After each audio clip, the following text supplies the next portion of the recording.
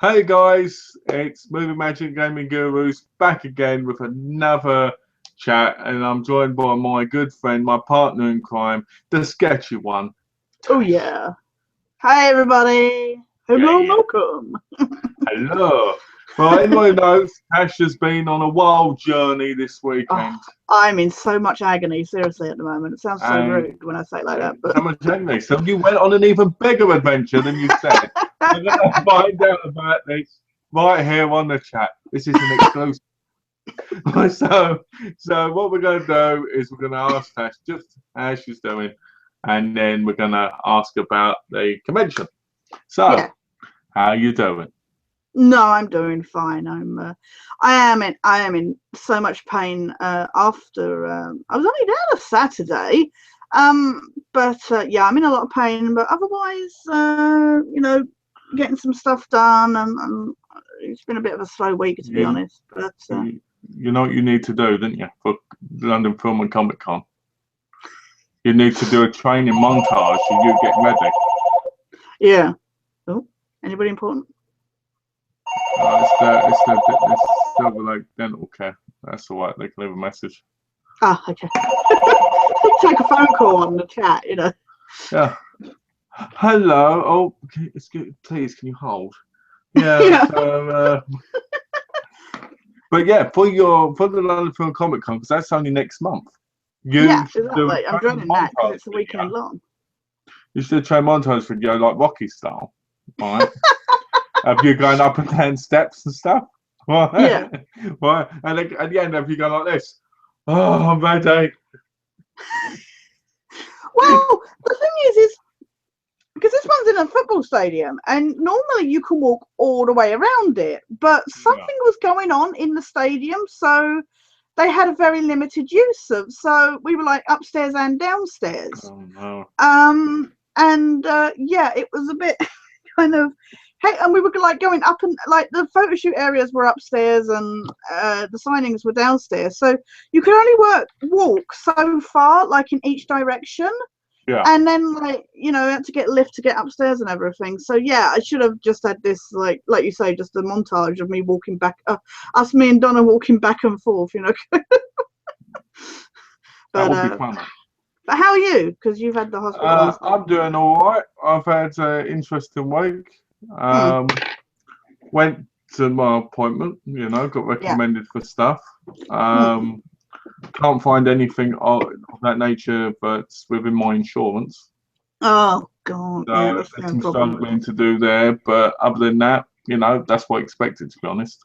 Yeah, We've so, got a yeah. massive wolf spider upstairs on the stairs, so if it No. falls on one of us, it could make us get a big gaping hole in our arm, and if it bites us. Oh no. Can't you I've get rid of got, it somehow? Is there no like it's right on the ceiling, and if you put your arm oh, near your it, ceiling's quite high. yeah, the Yeah. ceiling's quite high. If you put your arm up towards it with the thing, it moves its things like so, like it's Ugh. ready to, get you. Yeah, pounce kind of. So it's kind of scary.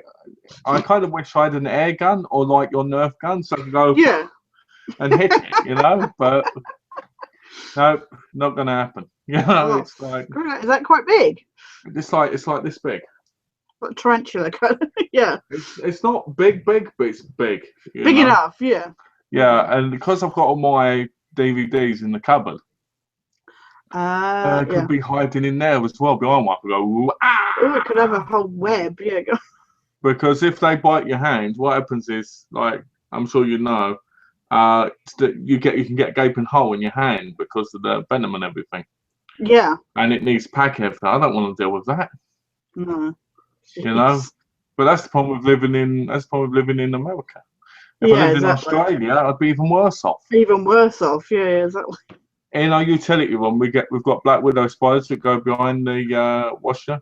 Really? Like there's a Jeez. whole nest of them. Right, so I never go in there. Yeah.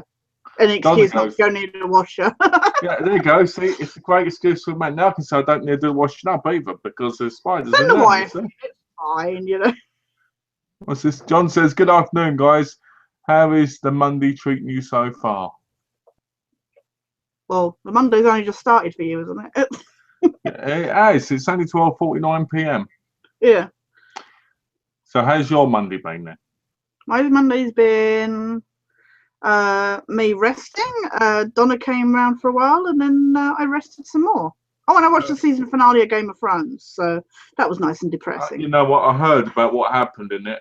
Oh my God! Seriously, I know we can't say, but I heard. Thank you, Game of Thrones. I'm never ever liking a character ever again. Because you know, I always thought between you, me, and the rest of the viewers, once they watch it, yeah, I always thought that person was going to be the one who won. Like, yeah, exactly, the one that would survive everybody else. Yeah. You know, exactly. That was what I thought. I was rooting for that character. Yeah. And I was like, when I read up on it, because I didn't read it on purpose, but it said on Facebook, I was like, shit. Yeah. You know, I was like, it can't be that obvious, surely, but the Queen of Dragons is going to win. You know what I mean? Exactly. But it's just, you know, you go through and you know the characters you like are going to die and stuff. But I was just like, when this character died, I was just like, what? Because you expect at least some certain characters to survive, you know, kind of thing. And it's just like, and I know that it's always kind of set up that you shouldn't get attached, but it's like, what is the point of watching something and not being able to get into a character and root for them if you know sooner or later they're going to die? Well, another thing that annoys me is, to me, it always feels like the Lannisters are immortal. You know? Yeah, I know. It's exactly. like everything happens and they're like, toodles! But somebody else is dead. Well, you know? Some of them have died, but other than that, yeah, exactly. It's like, it's just annoying, you know. I don't know. I won't want certain characters to die because they're too good. But I was just gobsmacked because I didn't see it coming. I didn't see that one. Certainly didn't see that one coming. I was just like, wow. Yeah. You know, I think they should bring Sean Bean back and have him come from the that'd grave. Be amazing. Imagine as one of those, you know, as one of those monster things when they say winter's coming. It could be like, ooh. It's so funny. I just watched one of the newest episodes of NCIS. A character dies, and like Gibbs looks around and he sees these ghosts. And the best bit is they're really badly like CGI'd, like blue screen, like, you know, like obviously cut out of previous episodes, kind of. And they're so badly done. Like Jenny Shepherd is stood there and she's like this couple cut out. Oh, John said, Tash, your pictures from your weekend were very cool. Minnie Malk had a party when he was there. Sure did. He did. I'll have to explain about that in a minute when we talk about it. You will. Yeah. It can be one of those things you had in with the convention thing, you know? That's why I mentioned it yet. Yeah. No, yeah, exactly. But yeah, going to Game of Thrones, I can't believe the 10 episodes already finished. I know. I was just like... Because I was sitting there and I was like, episode 10 already? Yeah. It feels like it started last month. I know, exactly. It's like, I still remember, you know, all the lead up with the adverts going, April, what was it, 4th or something, you know, something like that. It's just crazy. I mean, Series 6 probably won't be out until next year, will it? No, it won't be out until next April, so.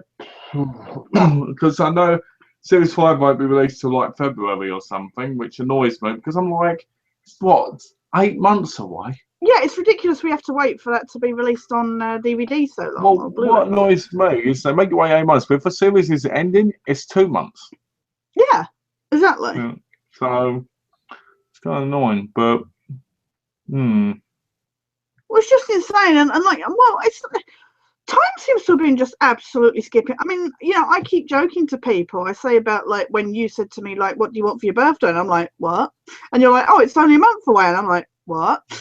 You know, it's kind of like, wait, where are we? And now, you know, just having Collectomania, and now it's like, oh, LFCC is a month away, and I'm like, shit, I got booked tickets, and it's like, you know, where is the time going?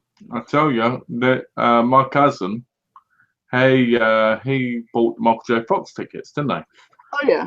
And apparently somewhere, I don't know where it is, but there's like this concert thing where they're playing the movie, and there's a live orchestra doing the music. Oh, really? Nice. 185 quid. You know. And he's going to it. And I was like... So you get to just watch the movie, but hear like a live orchestra. Yeah, like, they say old stuff. You know, like... Yeah. It was like, what? I was like, I don't see the point in that. I'd love to hear the orchestra in that, but I wouldn't pay like nearly £200 just to watch something I've got on DVD. Yeah, I mean, to me, I would want to see that for films like Buster Keaton films.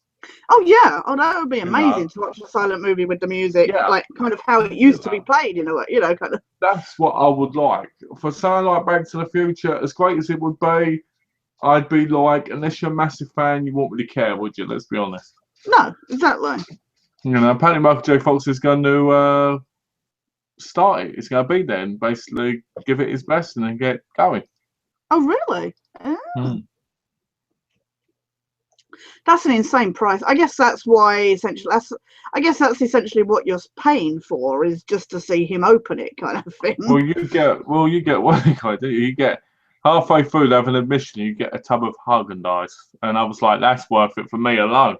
Just for the tub of Haagen-Dazs. I'll pay 185 quid, and when I'm there, I'll say. Yeah, but you probably have to pay £6 for the tub of Haagen-Dazs. So.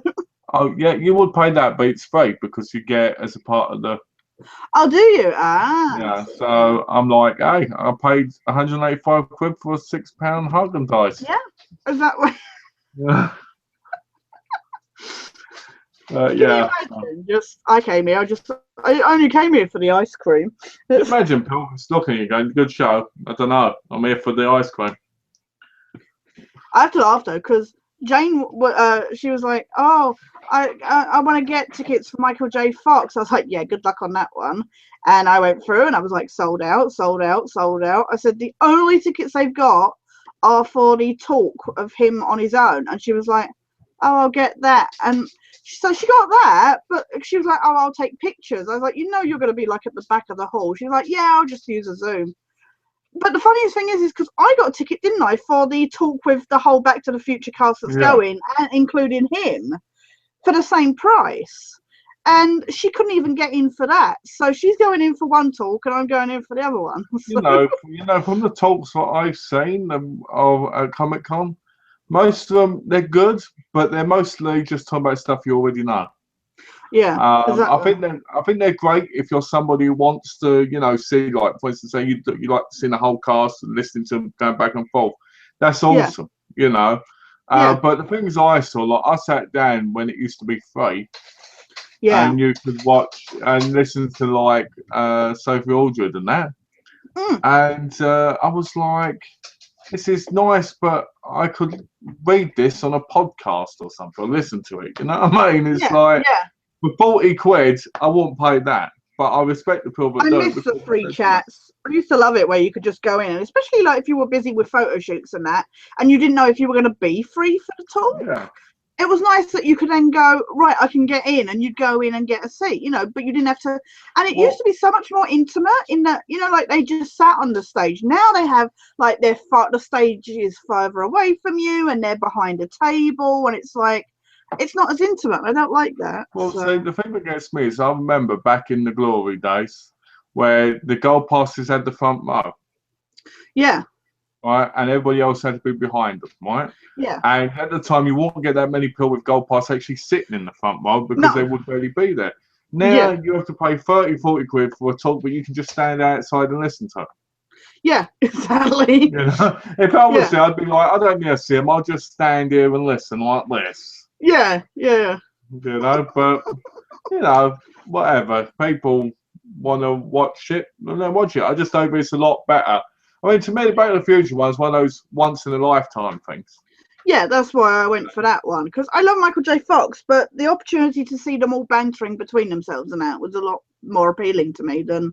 But it was just so funny that, a month or so after the Michael J. Fox tickets went on sale, Jane was just like, "Oh, I should be able to." I was like, "Yeah, no, they sold out with literally days." Well, I remember telling my cousin, and I said, this is like the fifth time you're lucky to actually be able to get one because they have the certain stage things. Yeah, they had the batches. Yeah. And he was lucky. He got one of the last ones of that batch he had. Yeah. So he was quite lucky. Yeah. Oh, I would actually say actually.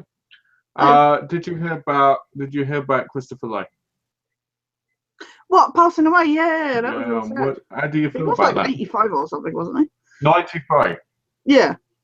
How do you feel about that? He had a good innings. it's, you know what, we keep saying, like, there's been a number of celebrity deaths recently. They seem to come in like packs. You know, like you'll have one and then there'll be a slew of them. But he was 93, so he had a good. He was an amazing actor and he did a lot of good stuff. But you know, like I say, he was nearly 100. You know, so can't exactly say he died young, kind of thing. Well, So. the way I saw it was technically one of the last real horror legends to go. Yeah, because You know, Vincent Price, Boris Karloff. Yeah. Because didn't he Peter play Cushing. Dracula on that? I'm going to be wrong, aren't I? Was he Dracula at some point? Christopher Lee. Yeah, he played Dracula. That's one of his most famous roles. Yeah, I thought I was that, but I didn't want to say it, and then I look like an idiot. He opens his thing and he cuts himself like this, but in a very weird way, like this. Yeah. I thought it was him, but I didn't want to say it, and then it turned out I was wrong. So. No, it wasn't. If anything was Hammer Horror, more than likely he did at least one of those kind of things. But yeah, he was most. I think he was most known for one part of his career anyway, of doing the Dracula. You know, most people will say, "Oh, he was great as Dracula." Yeah. You know, he was awesome in this role. He was awesome in that role. You know. Yeah. The best part is when people put on Facebook and I go, his best role was in The Resident. And they go, what's that? And I go, oh, it was that movie. It was in for 2 minutes. Yeah. But I'm only messing about with them, obviously. Well, that's the thing. It always cracks me up. Everybody's like, oh, R.I.P. Saruman. And it's like, you know, he did other stuff, right? You know? Well, do you know what? People got really pissed off at me because I said on Facebook that there was the sheep effect and people would put things even if they didn't follow the actor because it's what you have to do. Yeah. And a few people got angry with me, called me stuff like a dick and all this stuff. And I was just like, come on, get in the real world. You know what I mean? That's the thing. I have to agree because I don't like the whole sheep effect. I will only put like the message, you know, like share the messages or put RIP for people that I am genuinely, you know, like saddened by the news of, or you know, people, celebrities that, you know, mean something to me. Yeah. Like there was what was it, Ben Stiller's mum or something that died recently, and everybody was and I was like, I have no idea who she is. I think she was in like something like, you know, and I was just like, that means nothing to me. So, you know, I didn't forward it. And some people were just like, why are you not sharing this? You're a big movie person. And I'm like, yeah, but I don't know who she is. Well, this is the thing, you know, I was a big fan of Christopher Lee, but at the same time I wasn't, you know. Yeah. I've watched a lot of his movies and I love him as a fantastic actor.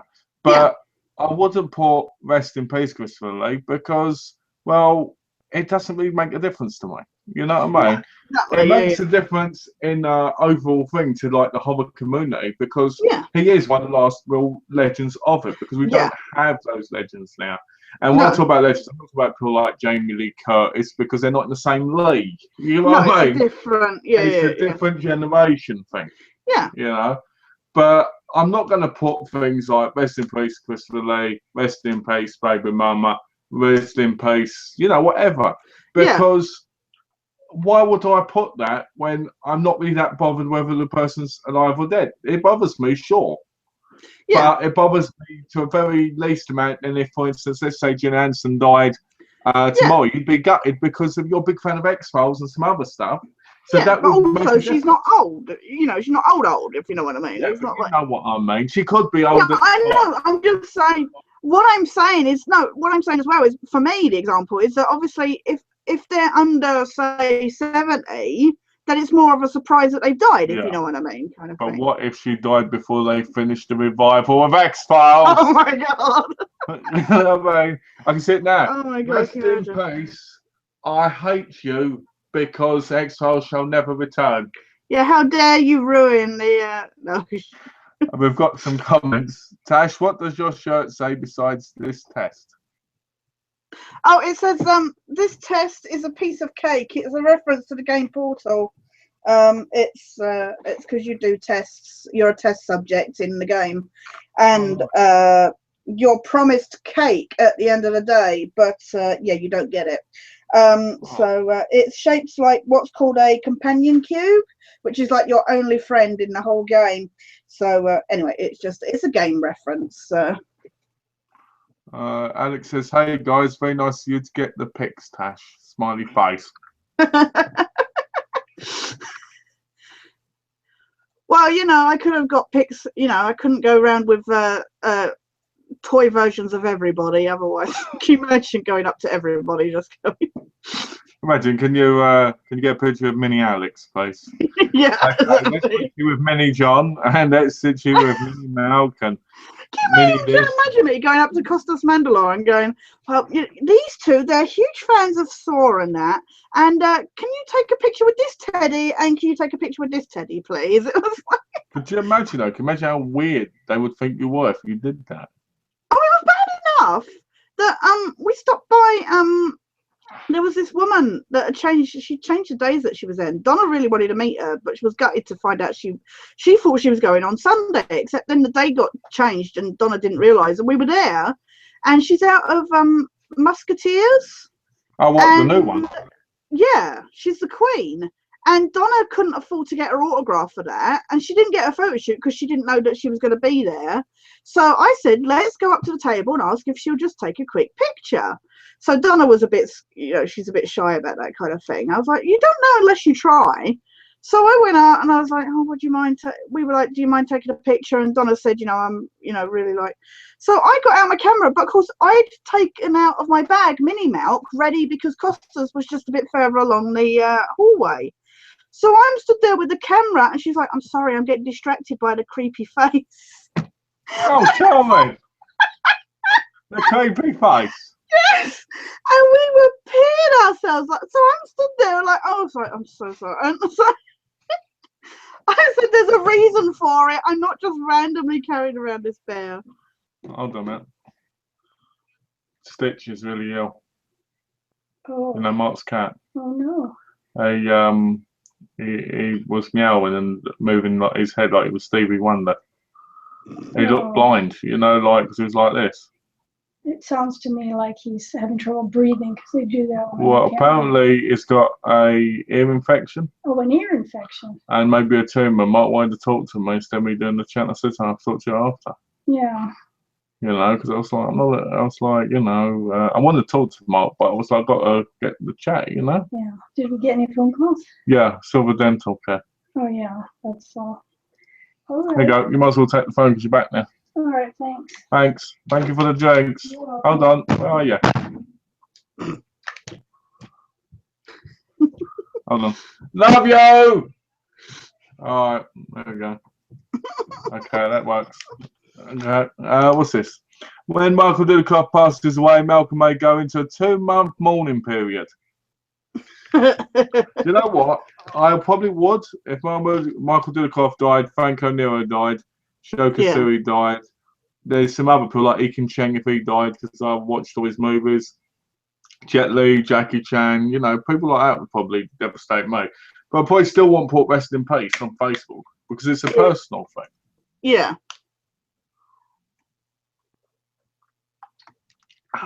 Sorry about that.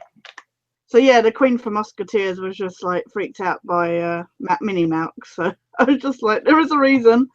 And then to go over, and I had to get Costas' autograph. I'm sorry I couldn't get that for you. I couldn't afford it. But that's all right. That's fine. The picture's also, more than good. Yeah, I was just like, this is really good. And then we were joking about because he'd done a photo shoot. He just got back from his photo shoot session.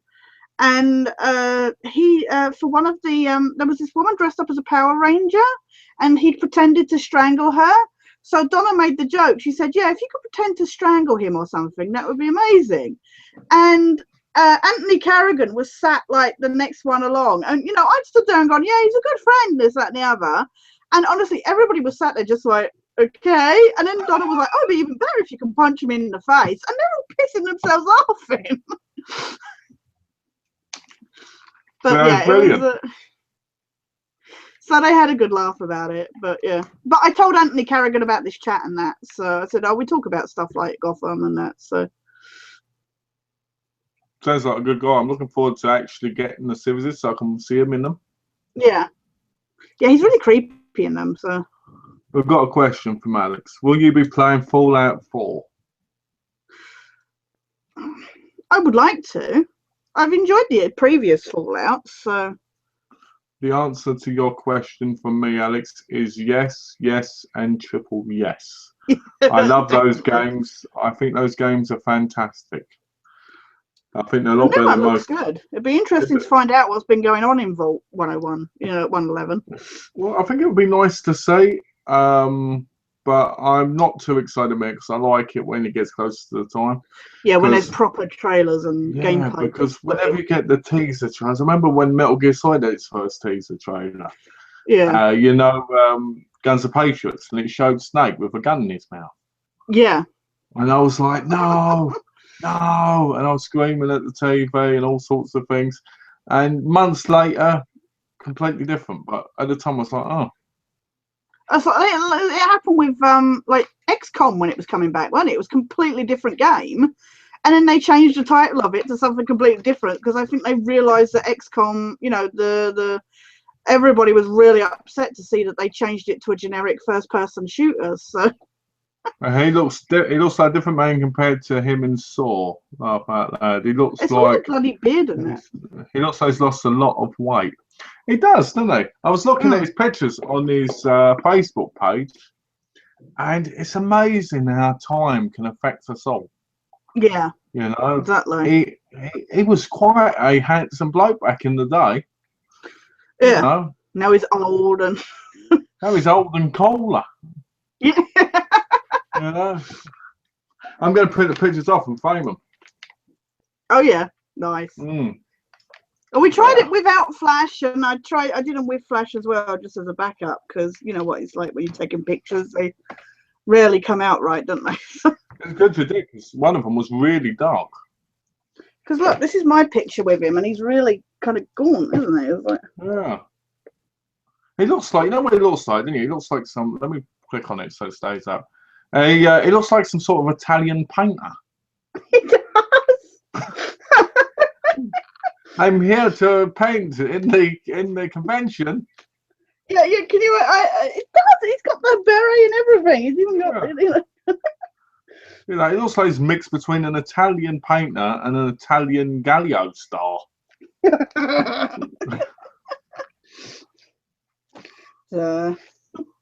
Oh, the picture I got signed was from Source. I got the bathroom scene. Oh, hang on, the headphones come out. Sorry. Let's have a look. It's reflecting on the... Is that the one that was the end of the final chapter, wasn't it? Is it? I thought it was from the end of number 3 or 4. I can't remember, but I can't because I've not seen the 7th one yet, so I don't know. Yeah. Though it does look old. Yeah, it does look. Yeah, I don't know. Yeah, that's from final chapter, I think. I've not seen the final chapter yet, so. Oh, it's awful. I know. I don't doubt for a second. Get this. I bought the Blu-ray ones in England. Well, I lived there, and just as I got to the last 10 minutes, it freezed up. I won't be able to see the end. Oh no. So yeah, I finally saw the end when I moved over it. Yeah. Jeez. Okay, we've got some. If Tash ripped off one of his ears, he would look like a painter. He would, Mr. Van Gogh. Yeah, Van Gogh. Do game teaser trailers get you guys more excited than movie teasers? No, actually, because the problem is with game trailers, teaser trailers particularly, is they can just render them just for the purpose of teasing the game. Whereas obviously movie trailers, it's normally footage from the actual movie. I like to wait for the game trailers to actually have like game footage in it and something that's not just made up just for the purpose of selling it, kind of thing. See, I have to agree. I like movie ones because I feel like so much more can happen in a movie teaser than in a game teaser. Yeah. You know, I've seen like 20-second movie teasers which have made me want to buy the film as soon as it comes out. I've never had that for a game. No. I've looked at a game and then I've waited for the trailers and I've waited for like reviews and then bought them. Yeah. Well, there's nothing to say that like the Fallout 4, I mean, all of that, I bet you none of that is actually in the game. I bet that's all just rendered, you know, like just for the purpose of a trailer kind of thing. And that's the thing, like, what was I going to say? I like it. Like, I love it when you get these game trailers, like the early ones. Say, like with the new the Star Wars Battlefront one. Yeah. And it comes up and it goes, not footage from the game. It's like, well, you're selling me something that I can't actually see the game footage of. Then. Yeah, I don't like that. Mm. They did the same with Mirror's Edge. Yeah. They had the real person, wasn't it? Yeah, they had a real person. Yeah, exactly. And I hate when they do that because I'm like, we watch teasers, we watch trailers because we want to see the game. We don't want to see some random person. We want to see the game, you know? That's what it's like about the old Bond ones where they had the guy just as Bond going, doo-doo, and then as it turned, you'd see game footage. Remember? Yeah. I used to love that. But good news for you, Xbox One's finally going to get an update where they play Xbox original games. So, and Xbox 360 and that. So if you ever get one, you'll be able to have them so you can play. They're finally going to do a backward compatibility. So that's now good we news. just have PlayStation, so I don't need to cry the next time my PS3 breaks down. So I just thought that's good news for you if you ever got one, you know? Yeah, no, that would be good because yeah. For those who don't know, my PlayStation got the yellow light of death. Now, thanks to Donna, I was able to use a hairdryer to fix it temporarily. Which is the most ridiculous thing you've ever heard in your life. Tash told me. I went on looking for like ways to fix the yellow light of death, and there was so many videos on YouTube of people just getting their hair dryers out and going, put it on full heat for 15 minutes, and then put a fan on it for 40 minutes, and I'm just like, what the fuck does that do? And I did it, and it worked, and I was just like, what? You know, there's been some weird things that have worked for things that I've fixed in the past, you know? I'd love to know what somebody was thinking when they tried it the first time. And I'm like, how the hell would you think that would fix it? We've got some comments. Evening, my friend. Sorry I'm late. Not good enough, Donna. You should be here on time. Also, thank you again for the pictures and stuff and being there. So thank you. Yeah. Because we had a good time. We met a lot of nice people. So I'll read these two and then we can continue on. Yeah. A game teaser can make any game look half decent, very deceiving. Exactly. Yeah. Are you going to watch The Nightmare? I really love Saw 1, 2, and 4. The final chapter is so bad. Are you going to watch The Nightmare? What is The Nightmare? Is it a new Elm Street thing or? I was guessing. I thought you meant the final chapter because it is a nightmare. Oh, is there a new Saw? Didn't you say there's a new? Yeah, there's a new Saw. There's a new Saw coming out called Saw 8, and it's supposed to change everything. Oh, okay. Is that one called The Nightmare or something? Or? I have no idea. All I know is that there's a Saw 8 coming. Yeah, it pisses me off. It's like, why call it the final chapter and then go, no, we're making... It's because they don't have anything it's like the Halloween staple, isn't it? It's like the Paranormal Activity movies and Saw. Oh, they've got nothing else that's taken over. They've got the new Halloween.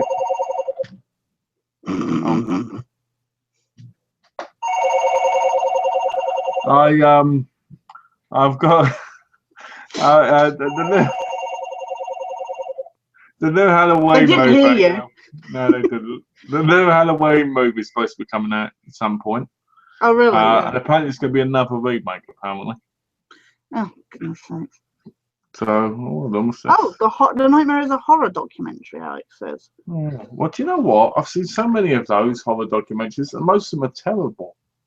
Yeah. Or they're all stuff you've heard before. Like, I know, I've seen so many of those kind of horror documentaries. It's just like...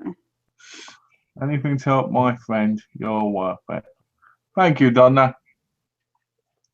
Or does that mean, or is she talking about you? No, I think she's talking about you. Oh, okay. Either way, thank you. I fixed my Keurig coffee maker with paperclip. Sometimes the strangest things really do work. With a paperclip, John? What did you do?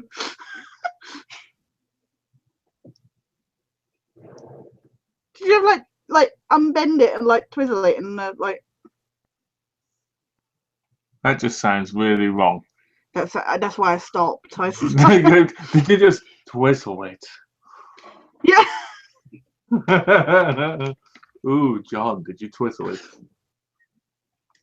But no, you know what? It's because I was at the convention, I was wearing an X-Files t-shirt, and it's so funny because get these people going, so are you looking forward to the new X-Files? I was like, yeah. You got to laugh at these people that think you're wearing that. Well, why would you be wearing that if you didn't know it? Yeah, I know. It's like this one, she was desperately like, I was just like, I have concerns, but I can't deny I'm excited. And she was like, oh, I was hoping that David Duchovny would be here. And I was like, yeah, good luck. I was just like, they were like, I was hoping he was going to be the big announcement for LFCC. I'm like, but they're filming the X-Files. He's not going to be able to come over to England while they're filming. Well, you know what? I was thinking about, they might have some X-Files like the San Diego one. Yeah. Oh, they have been. They were there for their 20th anniversary, so they might have something like that again. Yeah, they probably will have like some kind of panel. What you need to do now is you need to skip all the conventions coming up. Yeah. I'll just buy the ticket to San Diego, and then get a double picture with Gillian Anderson and David Duchovny, and there we go. What I should do, I should do that. And you should go and then tease me. I should do it, and I should make this massive stand up of you and just carry it in there. Like a mini Tash. Yeah, that'd be awesome, wouldn't it? I can see it now. I can put it on the face of this instead, like this. I can put it there and be like, can you imagine that? Can you hold this for me, please? Okay. I just think of the people that look at you when you're holding it, like, so what by? Because people are so funny. It was just like I say, it was just the Queen out of Musketeers. It was just like, yeah, I'm getting creeped out by the creepy face. Oh, people have told me I've got a creepy face, so I'm glad that was cemented at that moment. I think it was just the fact it was that face tied onto a teddy bear. Well, you know what always reminds me of when I look at it. Probably thought it was some perv just looking at her. Like, I'm holding on to it, like, over my, look, I hope it's over my arm as I'm like. This sounds even worse. I straightened one end, stuck it through the holes the coffee comes through, and it unclogged it. Well, that's that's always my formula for turned on but I need to fix things. So I need to unclog your problem. Yeah, I need to unclog it. So oh dear. Donna said I meant milk, but it's true of you both. Oh, thank you. Thank you. Thank you. Thank you. Her comment disappeared all the way to the top of the page. So I've seen it. Don't you hate that when you comment? When someone comments, you're halfway through it and it goes boing. Yeah, I was like, I saw it, and I was going to mention it, and then it just randomly disappeared, and I'm like, where's it gone? And it's at the top of the screen. Oh dear. So, but no, we met. Yeah, everybody we met at the convention was really nice and friendly, so it was good. You had no problems with anyone there? No, nobody. You got no gossip on who was horrible and who wasn't? No, I mean, the only person really didn't get to really talk with much was Paul Gascoigne, but that's because they were shoving people through really quickly. It was literally like sign and leave. So was he nice? He was friendly. He was like, I said hi and that, and he was he smiled and he was friendly back. So he wasn't like William Shatner, who was like, I don't give a shit, I'm getting paid, fuck off. He was really friendly. It was only because they had minders there that were literally like taking the as soon as he signed, they were like taking the picture off, and giving it to you and then putting the next one down in front of him. So it wasn't his fault kind of thing. But we found this with John Barnes, because he had a sign up saying no pose photos. And Donna had my camera with her to take pictures while he was signing, and he kept joking, going, no pose photos, and would then hold up his signed photo and pose for a picture. And the crew member was just sat there going, because clearly it wasn't his decision to put that thing in place. But because they had so many people queuing, I think they were just trying to get people through quickly. But so he was happy to. So basically, when we judge people for having nose up, it might not even be because of them. It might not even be. No, because he was doing everything. I mean, he kept joking, like, you know, like about flicking it. Somebody else was in front of me, but because Donna was holding up the camera, he was joking about flicking his hair and everything. And she was like taking pictures, and he's like, yeah, no post photos. And he's doing all this and everything. And yeah, it was clearly not him and the crew member was looking absolutely like you know, like there's no hope kind of thing. So it was clearly something that was put either by his agent or by the convention people, because he was clearly not into the no posing photos. So that's a shame, because the guy says they would have been a lot more fun if he could have. Yeah, exactly. So so he was really good. So. Only the guy who told Tash to sack me. Yeah, that was John Barnes, actually, because he kept posing for photos and my camera's a bit slow, so she wasn't getting the picture and also he kept like moving really quickly, so it would blur. So she's taking the photos, and I joked, you know, about being my carer, and he's like, need to get a new carer, this, that, and the other, you know, joke. It's like, she's not very good. So then when I went for my photo shoot with him, he was, because Donna was resting out in the hallway. He's like, "Have you got a new carer yet?" No. I was like, "Yeah, but I ran away from her." So then when we went past, I told Donna when we came out, and then he went past after the photo shoot ended, and she was like, "Yeah, she doesn't get rid of me that easily." And he looked round and smiled, and you know, kind of. I think it's fun when people are that fun with you, you know? Yeah, exactly. It makes it feel like it's not just something they're doing for me, but because they enjoy it. Yeah, no, exactly. That's what we said with William Sadler, who's in like the Shawshank Redemption and loads of other stuff. He said, you know, it's so nice when you're filming stuff, you don't really get a sense of how people are receiving it and everything. And he said it's so nice to come out and be able to meet the fans and stuff that you get a real feel for how people are reacting to stuff. But it was so funny because me and Donna both completely geeked over him. So that was our first photo shoot of the day, and Donna went up. She went before me, and she just absolutely like geeked out in front of him, and he was like giggling. He had a good laugh with her. So her picture's really nice with him, but for me, he looks constipated. So I was like, I want your picture. He's all smiley on her picture, and on my one, he's just like. I think it's good though. I think when you get to geek out and stuff with them, I think it's fun because it shows passion, you know, and it shows that there's that real respect, you know. Yeah, exactly. Well, I met Stephen Williams at the X-Files. He plays X, the one that's in the game that I just, you know, like that punches your face in if you don't like agree to. So I got him to sign "Do I Have Your Word?"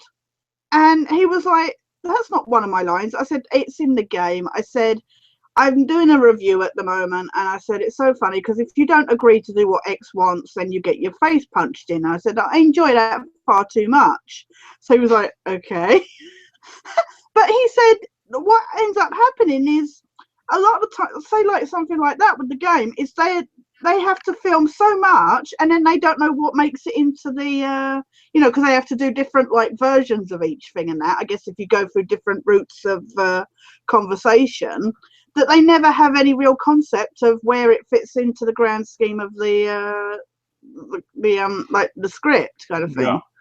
So but we were joking about how he was learning stuff off me. He was like, "Oh, this is new," you know, kind of thing. Yeah. But he was really funny. He was a lot of fun to talk to as well. So. Well, it's not, again, you know, I think that's what makes them so good when you get that. I think you meet people like Corey Feldman and they're all on board. Oh, they're boring, yeah. You know, and they just don't care and they're drunk and you're just like, why did I bother? Yeah, exactly. You know? But the good thing is that majority of the time you get the good ones and the bad ones are the, like, behind and not the front lead, you know what I mean? Yeah, exactly. Well, that's the thing. I mean, usually, I mean, I've been pretty lucky with everybody that I've met. I've never had, I mean, I've only had like 3 people that I would insist on never meeting ever again. But we were so fortunate Saturday because everybody that we met was really, really nice and chatty and that, so it was nice. Now it's time to roll on LFCC. Oh God, yeah. As if I can get my money back. remember, you got to get that montage video done. Yeah. You and Donna got to do that montage to be able to keep up with the 3 days. Doing our rock montage. Yeah. But you're staying there, aren't you? Yeah, we're staying at a hotel overnight, so that's the thing. I wasn't really able to do. It wasn't worth doing a video log at Milton Keynes because we were there, and because you're having to move with the flow of people and stuff, and just because of carrying stuff and everything, it's really not feasible to do a video log there. So you might have the same problems at the LFCC because of how that'll packed probably, yeah, exactly. And if I get, as with last year's one, if I get any footage there, it'll probably be more like when we come out for a break and stuff, just to talk about experiences and stuff. So. Well, I remember that the most shocking part is Stan Lee was in your video. I know. Looking out the window, waving. It's like, he was posing for the for my video log. It was like, there's Sketch. Let's. It always amazes me. You see someone like Stanley at one of them, you think this is one of the most powerful people in the world when it comes to a certain format like comics, and it just amazes me that you can meet that person. Yeah, exactly. So. My first Geek Squeak was with William Sadler. Yeah, because she's just not geeked out like with anybody else. So. Would you guys consider doing a joint game review, even if it's just a one-off? That's from Alex. Well, something we've talked about, isn't it? So. Yeah, we probably could do in the future. I'd have to let Tash be in control of it because I'll probably mess it up. No. Kind of Tash would know the good ways of doing, like each tier of it.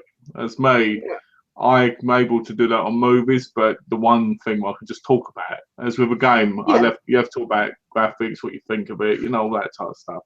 Yeah. So I think we could do that, Yeah. I'm sure we will one day because we play enough games together. Exactly. It'd be a bit silly, wouldn't it? Oh, we play all these games together. No, we're never going to review one together because what? Yeah, no, Talk about games while we think about Resident Evil 5. I want to go on record as saying biggest pile of shit going. Oh my God, it was just awful. And I mean, I'd played it through before and that, but I was hoping that obviously playing with some, a real, and it makes a huge difference, as we said last week. It makes a huge difference playing it with a real person as opposed to the crappy AI.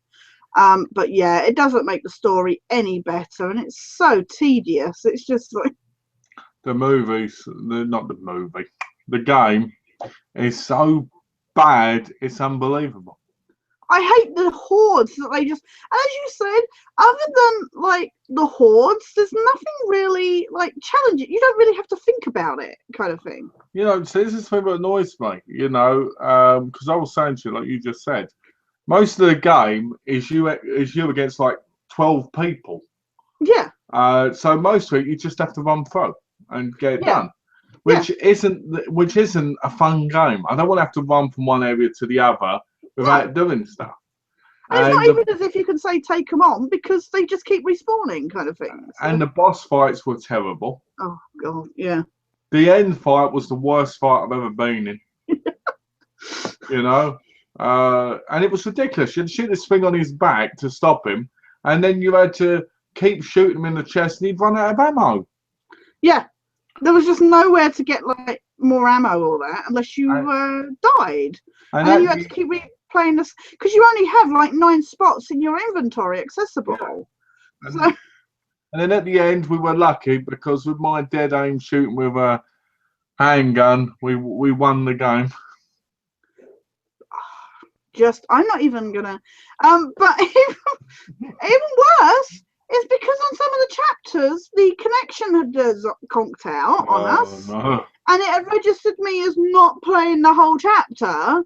I didn't get the veteran playthrough trophy. Even though I played the whole thing on Veteran, and it just conked out in only like what 2-3 chapters. Yeah, it was like and it was the same chapter over and over again at one point. Yeah. What's this? Are you guys starting Sniper 2 on Wednesday? Yes. As far as I'm concerned, we are, aren't we? Yes. As long as it's working. Donna said the biggest game pile of shit was NCIS CSI. Do you know what? She Facebook me because I think she's she's put it. She has put it. Sorry. You know what I'd like to say it was, but I actually enjoyed that game more than I enjoyed Resident Evil 5. Oh really? You enjoyed NCIS? The worst part of NCIS is the moving and the music and the deduction board. The deduction board, yeah. I'm taking Let's go photos to the of it. deduction board. The deduction board. It's like, and Gibbs is always like, to the deduction board. It's taking photos of everything. It's like, at least with CSI, you get to pick up prints and everything. Well, it's not just that. They'll be sitting down, and all of a sudden you've got to walk them to sit down. Yeah, exactly. What's this? Tash in control. Would you roll with an iron fist, Tash? Oh dear, John. Wow. I am a dominatrix. I mean, yeah. oh dear. Almost got a confession. Almost got a confession out there, John. I don't know about an iron fist. Maybe an iron whip. This is the part where John sends us a picture of him sitting naked at the screen. Like the dad in South Park. Yeah. I'm watching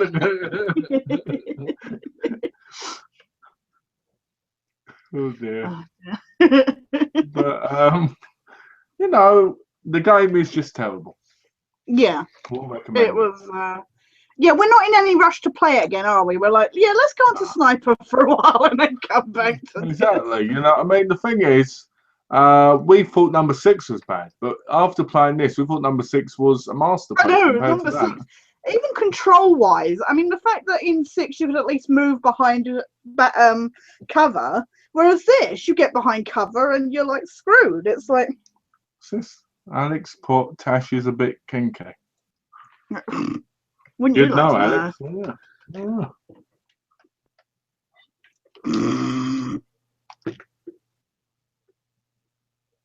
Sorry, Donna sent me she's sending me Facebook messages just so that I catch them in case we lose them again. Oh, okay. So she sent me iron fist. Depends what you're controlling, lol. Oh dear. What's that? John put, if I did that, talk about breaking the internet.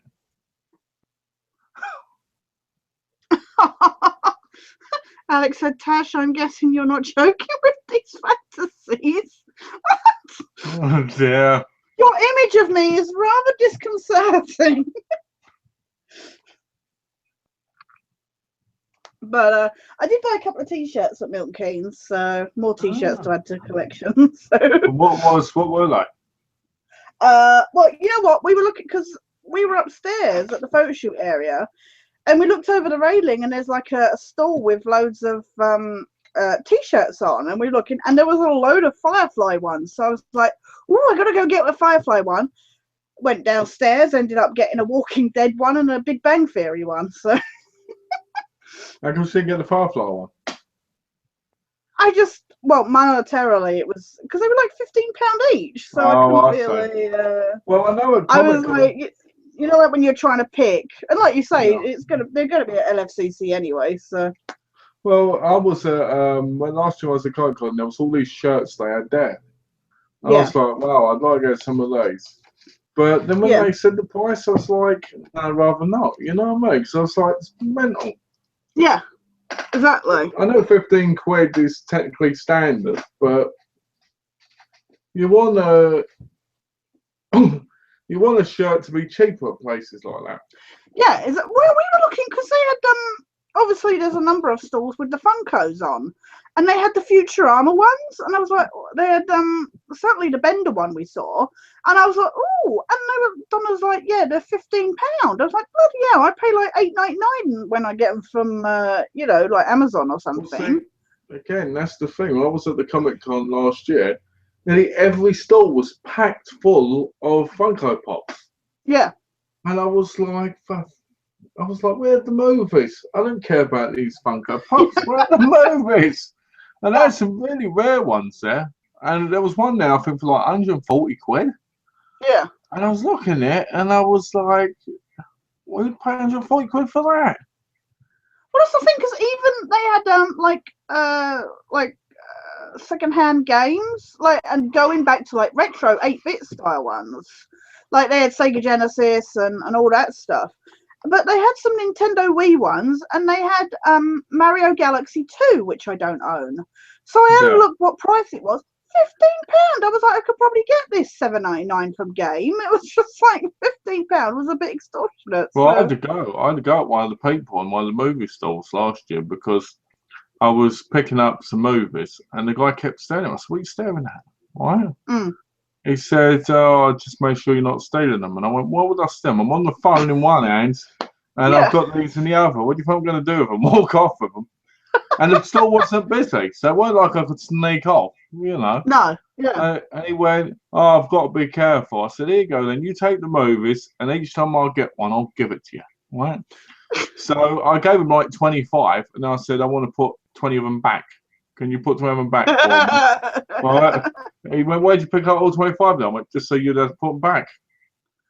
You know, because I was like, I'm not going to get. I don't like people watching me like I'm going to steal. No, exactly. So I'm not going to steal £2 DVDs. If I was going to steal something, I'd try and run out of an Xbox One or something. Yeah, something more expensive. Yeah, exactly. You know, I'll take that in CX. Oh, you get 10p for it. Oh, that was really worth stealing. Oh, that was totally worth stealing. Yeah, exactly. Oh. I got my picture taken with a Velociraptor, so. What was it? So tell me a bit about the personality. How did they treat you, the Velociraptor? My best, not as best buddies as Donna. Donna was right up close, you know, with the Velociraptor, but. It looks like you're both having a laugh together, too. I know. Like, yeah, let's share a joke. They were supposed to have two, but they didn't. So I don't know what happened. One of them got broke or something. But was it a standee then? Was it a standee then? Was it I think it wasn't in the picture. Yeah, it was a green screen. So yeah, but I'm saying, so was the other thing standing then? Yeah, the Velociraptor model was stood there. Because they've got some, haven't they? They've got some in the stations. There's one in where were they? King's Cross, I think. Oh, really? There's a whole statue bit of like 4 of them. Oh, I didn't know that. Yeah. Oh. Let me see if I can get the picture up. I didn't know that. And then I can show you. What's this? Oh. Have a look.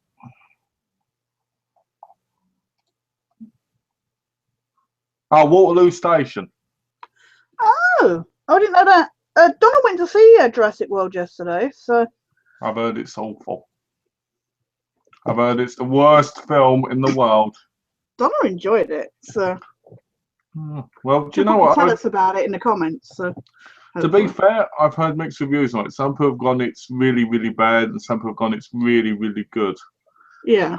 Me personally, Jurassic World, it interests me, and I'd probably see it. But like the rest of the Jurassic Park movies, I like them, but I don't think there's anything special about them. No. Yeah, exactly. You know, I enjoy them when I watch them. Yeah. But I won't go out my way to go and watch them, you know. Or no, you'll pick it out when it's on Blu-ray and stuff. So yeah. Yeah, you know, it's one of those things. There's a special gift set coming out with a statue in. Oh really? Yeah, $150. Jeez. Yeah.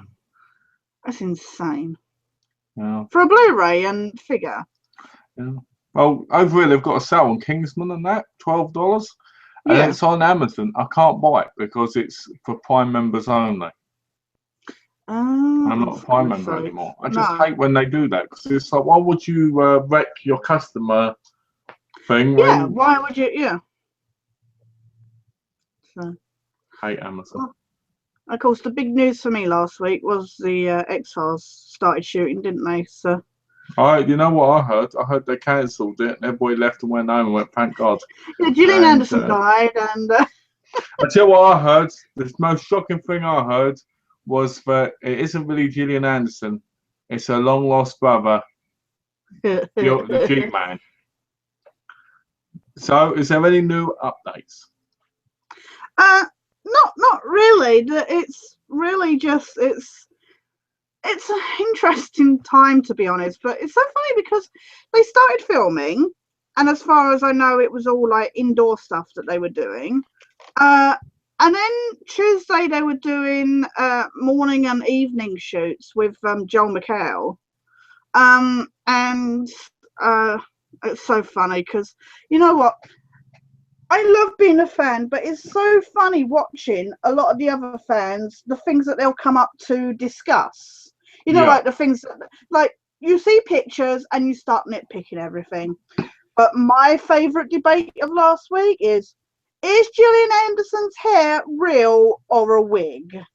And I was like, oh my God, seriously. And people were literally like getting pictures and zooming in on her hairline and going, is this real or a wig? And I'm like, are we so desperate for stuff to talk about? You know, because it's like the first week of pictures and stuff. I'm like, really? This is the thing to discuss? You know, it was bad enough, you know, the debate whether, you know, Mulder and Scully are still together as a couple.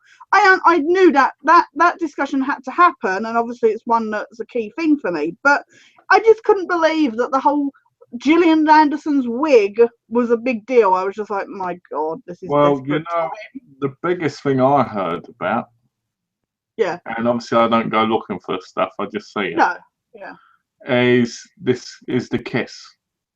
Oh yeah, the kiss. Yeah, the kiss on the cheek. The kiss on the cheek, yeah. Everybody's like, oh, it's a kiss on the cheek.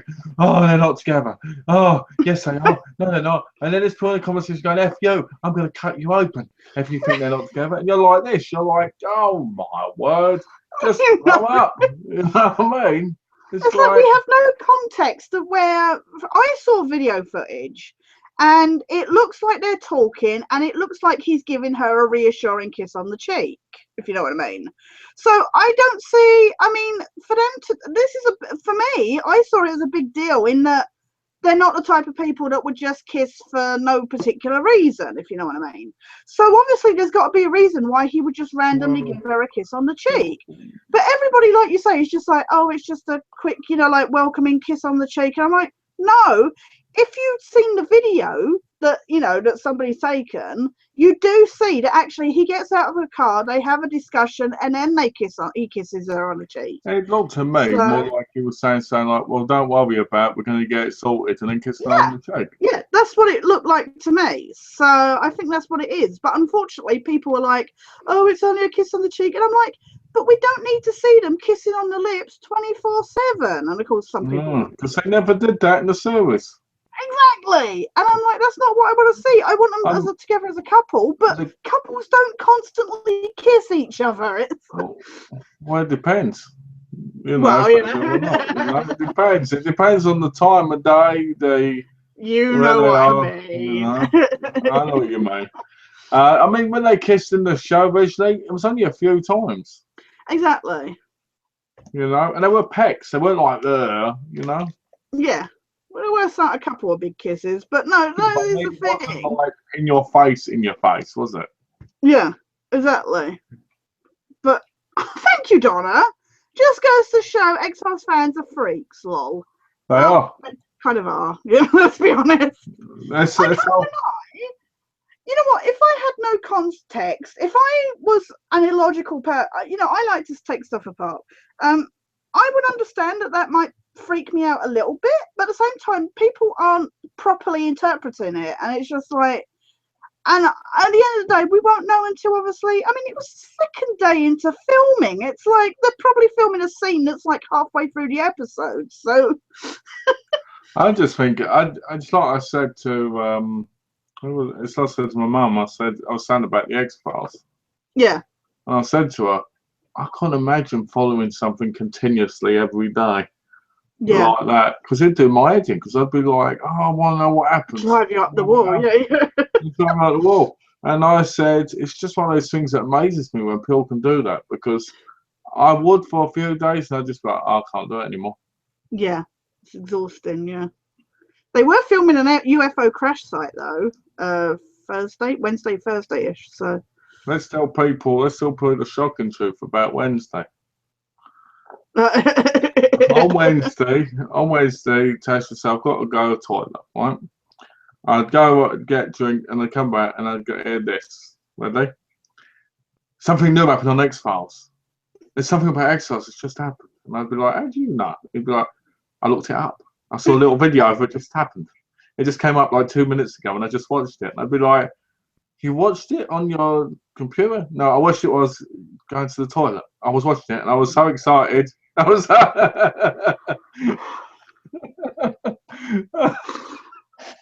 Yes, I was looking on my tablet while I was on the loo. That was one of the funniest things I heard. I will say, come was it Wednesday or Thursday? Because obviously there'd been all these pictures posted on Tuesday through to Wednesday.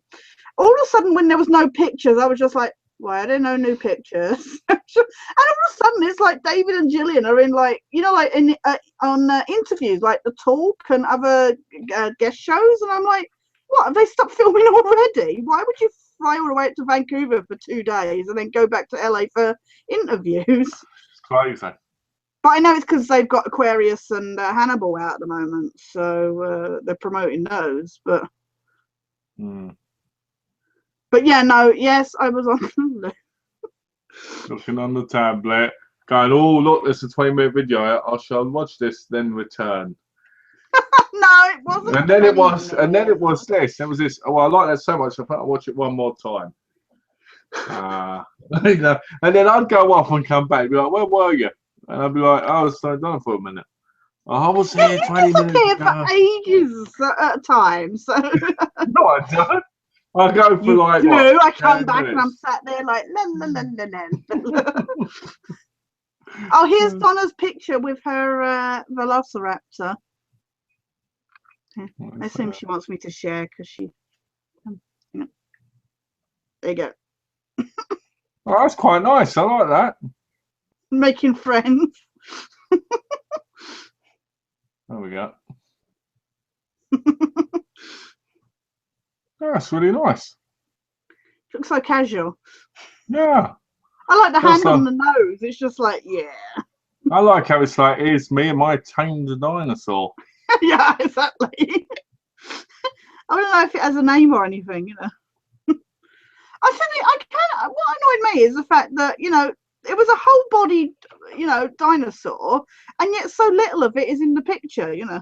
Yeah, that is quite bad though, isn't it, really? Yeah. But Donna said it was quite green. A lot of the back of it was green, so maybe it's so it didn't mix with the green screen. Oh, what's this? What's this? In a dinosaur? Yeah. Oh, okay. So, because the Jurassic Park bit is obviously green screened in. So it was made especially for that then. It was probably being used elsewhere, but you know, for something else. But yeah. Tash, are you going to stream the live X-Files red carpet no matter what time it is in England? I did for the second movie, so yes, I will more than likely do it for that as well. Because I'm just that sad. No, you're just a big fan, you know. Like I've said to people, I always say I wish I was a big fan of something like that because it's an amazing time, you know. It's an insane time. I mean, it's.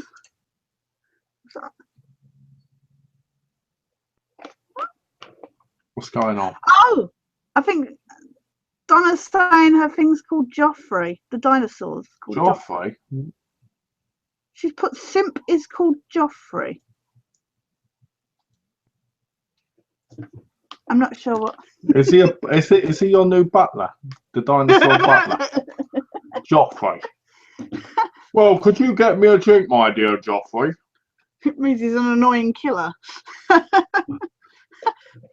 But you know, it's an interesting time. As I said to you, it does make me sad. You know, everybody's like, "Oh, you're just obsessed with the X-Files." It's like, I love other shows, but I just, you know, I don't have the same passion for those as I do for the X-Files, and it's annoying because, like, I think it's Donna said, "Oh, it's an obsession. You're just obsessed," and I was like, "Yeah, but it's not an unhealthy obsession like it is for other people, if you know what I mean." Yeah. So, well, you know, but yeah, I do get upset that I don't have the same passion for other, like, say, like loving Game of Thrones and that. I wish I had the same passion for other stuff that I do for that. you know, I don't see it as an obsession. I don't see it as unhealthy. I see Yeah. it more as something that affected your life. Yeah. At some time, exactly. and probably made your life so much better when it was on. You know. Yeah. Because normally things like that do are the things that you end up passionate about. You know. That's the thing, you know, obviously, you know, what I was going through at the time that it was first on, it was the first show I really loved, and because of the fans, you know, that I made, the friends that I made through the fandom, you know, that helped me move away from the situation I was in and stuff like that, it's obviously impacted my life a lot. Exactly. So, You know, so because of that, you're this big, massive fan. If it's very healthy fan, you know, you're not one of those people that's like, oh, I want to get with Dave Coffney and I want to have sex with him. And that never happened, but I'm going to do it. But you're a fan who appreciates their skills, you appreciate the show, you appreciate the writers, the directors, and that. And it's all because that was a show that changed your life. Yeah, you know, exactly. And I think people don't always understand that because they've never had that. No, exactly. And I think that's the thing, you know, is an obsession. To some people, it would be, you know. Yeah. And to someone like me, it could seem that way because I'm not that way myself, you know. But I understand perfectly where it comes from. Yeah, no, exactly. Oh, Donna said Dino, fucking autocorrect. Why would it change Dino to Simp? Simp's not even a word, is it? So its name's Dino. Yeah, her dino's named Joffrey. Joffrey the Dino Simp. She's lucky it didn't say put up Gimp mask. Yeah, I know. Imagine. I'm impressed it didn't put Gimp, to be honest. Joffrey the Gimp mask wearing dinosaur butler. That would have been awesome, wouldn't it? Considering the stuff that's been happening with the Lannisters in Game of Thrones lately, that's even more perfect. John says shows that are your favourites are an escape from your problems, and that is one of the reasons why we get passionate about them. Exactly. Yeah. We all know what John's is. Queer eye for the straight guy. Especially that shirt he was wearing.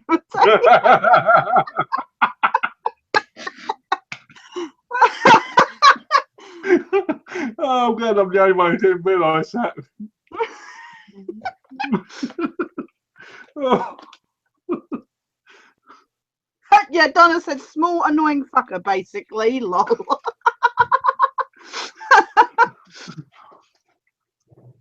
The dinosaur, not John. Oh, that'd been awesome, wouldn't it? If he'd have gone, what, me? Yeah, what, me? So yeah, no. So yeah, that is the thing. It's. I mean, I will say though, I discovered how shallow I am at Collectomania. So there was a guy going. I don't know if you remember mentioning it to me. Eugene Simon, that was going out of Game of Thrones. Yeah. And you were like, "Are you going to meet him?" And I went, "No, I can't afford it." We went past his table, and he was rather hot. So I may have gone over to get his autograph because he was hot. And he was really nice with us, and we had a good chat and stuff. And shortly thereafter, I went and bought a photo shoot with him just because he was hot. Women. So I was like, "Are you seriously just buying it because he's hot?" I was like, I do like his character. I like what he's done recently, but yeah. What's that? Okay, Tash, the gloves are off now. You got me good on that one. That's all gone. I didn't mean. Oh, yeah. Malcolm mentioned it first, so I was just agreeing with him. I blame Malcolm because everybody else blaming for him for stuff lately. So I didn't say anything. Don't mention John's shirt at all or top in the chat. No. No, not in the chat. So you brought it up first. I'm sorry. John. I was joking. What's this? Ishkin Bitter says something. He says, hello, how are you both? Keeping well, thank you. Hope you're enjoying the chat. Yep, doing good, thanks. I hope you're enjoying the chat too. So yeah, I am shallow enough to have bought a photo shoot with somebody. So I actually went £30 over my budget just because the guy was hot. You know, I don't think I've ever done that. I don't think I've ever done that over someone I thought was hot. You know, I'm trying to think. I mean, I've met hot women, you know, at Comic-Con and stuff, and at my pitch channel, but it was because I was planning to in the first place. Yeah. But I've seen people who've been on stalls and be like, wow, that one's attractive. But I've never gone up to them and that. But you know what? The photo thing was probably because of the conversation more than how attractive it was. Yeah, I mean, we had a picture with him at the table, so I didn't need to go get a photo shoot. But you know what? I've realised, because once I realised, I knew who his character, like, because he plays Lancel Lannister, and I knew his character from, like, the first season, you know, with the icky hair and everything. And I didn't realise, when he turned up again, I didn't realise it was the same character. And it was only once I realised it was the same character, you know, like several years apart. Now he's got like this shaved head and everything. I was like, it's him. And once I realised I do enjoy his character, you know, so he is one of the characters that I wanted to meet kind of thing. But I will say the fact that he was hot did help me convince me to buy the photo shoot. But I got a nice hug with him, so. It's all right, it's not bad. So I was just like, yeah, I just got to tote this photo around as my new boyfriend, you know. So, it's a shame they don't put backings on those screens like a Hawaiian setting, because you could go, look at me, I was on Hawaii. My God, Hawaii. Yeah. I'm gonna cut us out, you know, like put a Photoshop it, you know. Yeah, we're in Hawaii. Look at me and my boyfriends. We're in Hawaii with our hulas. Ooh. Yeah.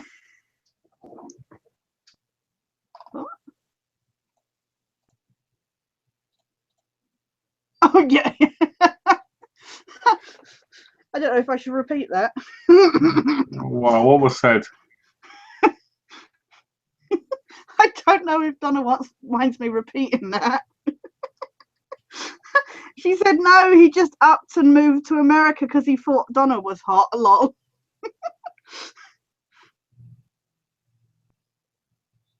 Oh, you're talking about me? Yes, you.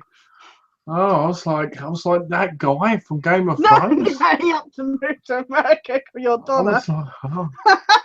Well, you know, well, that's true. I've got up, moved to America because I thought Donna was hot. That's true. Very true.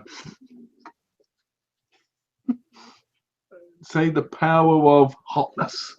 Yeah, the hotness just draws you in. What would have been creepy if I'd gone, I met Donna on the stall and she was taking the money for somewhere at Comic-Con. Yeah. And that's when I fell in love. And I ended up across the ocean. That would have been funny, wouldn't it? Can you, yeah. Sometimes I do think that though. Sometimes I look at the Comic-Con staff and I'm like, wow, she's a lot better looking than the person that's supposed to be the hot one. Yeah. Very rarely, but sometimes it happens. It's so funny because you know, we had a couple of crew members there that know us and stuff, and one of the crew members got chatting to us, and she sat next to this footballer who I believe was a footballer for Newcastle, but I had no idea who he was because he didn't have a sign up. And we ended up chatting to her, and he's just sat there and he's looking off to the guy that's beside him and that. And we're chatting to the crew member because she's going on about stuff. And we're just like, and I felt so bad for this guest that was sat there because I'm just like, he's obviously used to people going up to talk to him, and we're talking to the crew member. Did you see Carl Fox there? Who? The boxer. Fox. No, I didn't see any of the boxers or wrestlers. Although Donna eyed up the wrestlers, so she was like, yeah, I can see why there. Well, I was I looked at some wrestlers that were there, and I was like, the biggest one there to me, in my view, was Kurt Angle, and he looks so old now. The other two have always been kind of independent wrestlers, so they've never really. I mean, two of them were in TNA, but you know what I mean? Yeah. When it comes to the women wrestlers, when they're there, I don't like them. I think they're too made up. I think they're awful. They're just, yeah, exactly. You know? What's this? Sounds romantic. No. Oh, thank you. Thank you. Well, it's so funny because Donna, you know, like sometimes you get chatting to some of the other people like that are queued up and stuff like that. And Donna, our very first photo shoot, we had just had somebody that just randomly started talking to Donna, and I ended up one of the crew members gave me a seat, so I was sat separate from her. And apparently, this person that was queued with her just kept yabbing, and she was like, "Okay." What was this? Is this a man or woman? It was a man. Oh dear, they're always the and worst. then we were stood in, like, she was stood in the next queue to meet somebody out of Agents of S.H.I.E.L.D.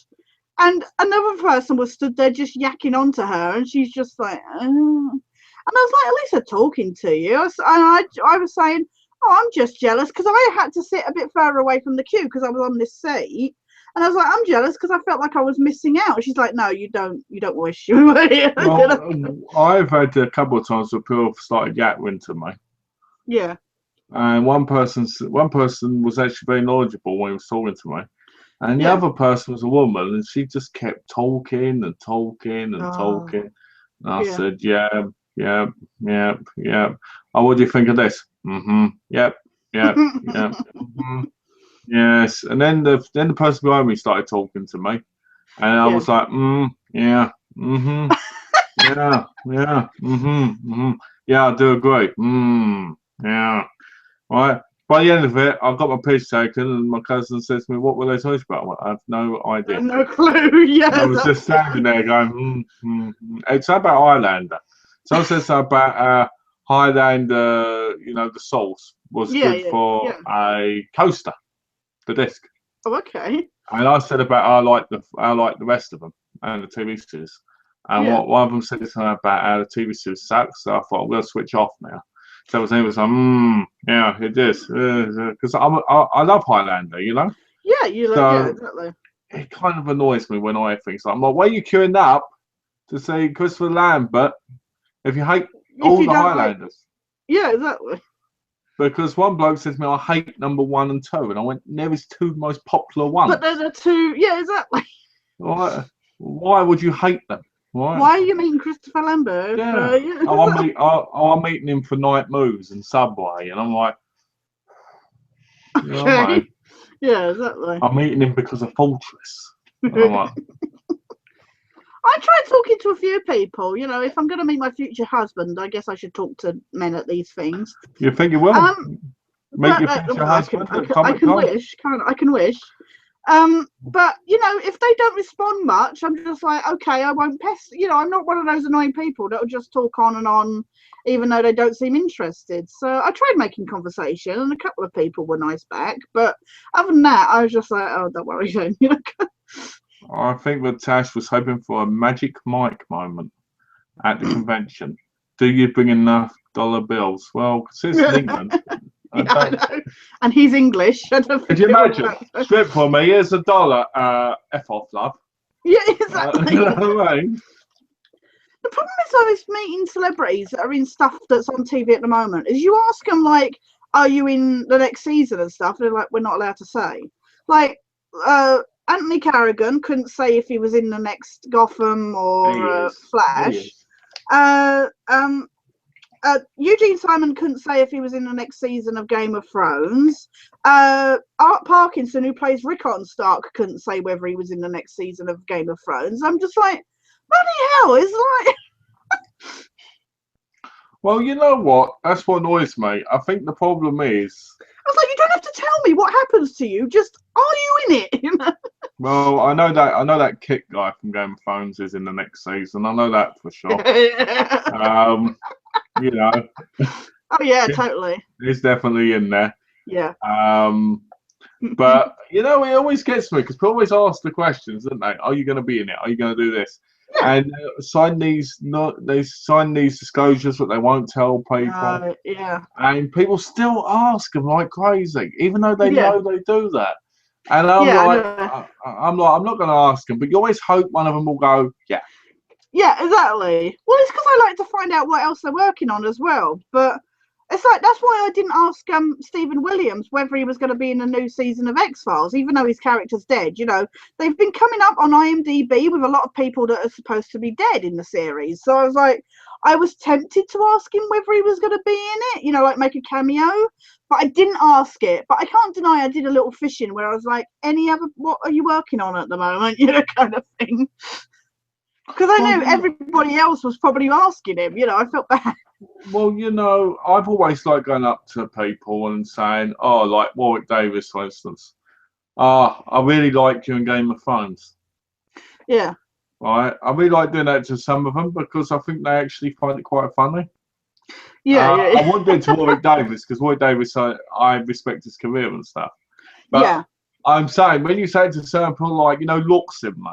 You know, like you don't do it to a woman who's obviously not in like Queer as Folk, for instance. You're not going to do that because some of them find quite funny. Go very funny. What do you really like me from? And you say, "Oh, I liked you from let's say Get Smart." Like I wasn't even born then, and then they just start laughing. It's quite funny, exactly. you know.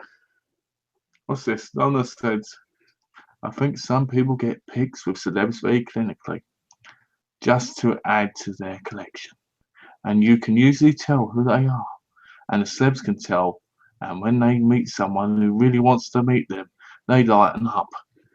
William Sadler did. He was so happy to meet people who were clearly interested in his career and that. So. Is he the guy that was in Die Hard 2? I don't think so. Was he the main villain? No. Because I know he was in Bill and Ted though, wasn't he? Yeah, he was Grim Reaper. Because I always get him and this other guy mixed up then. Because I always thought they were the same guy.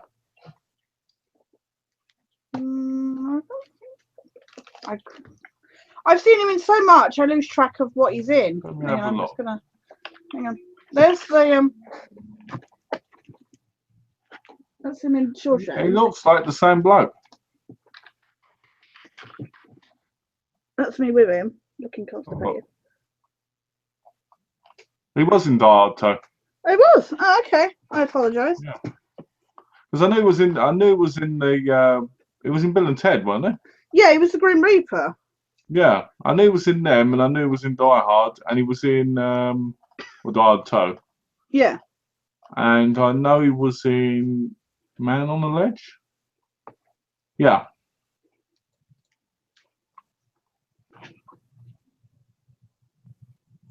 Yeah. He's in so much stuff. We were joking about how much stuff recently he's been dying in. I said, I was so happy to see you turn up in Madam Secretary, and then you die straight away. He was like, yeah.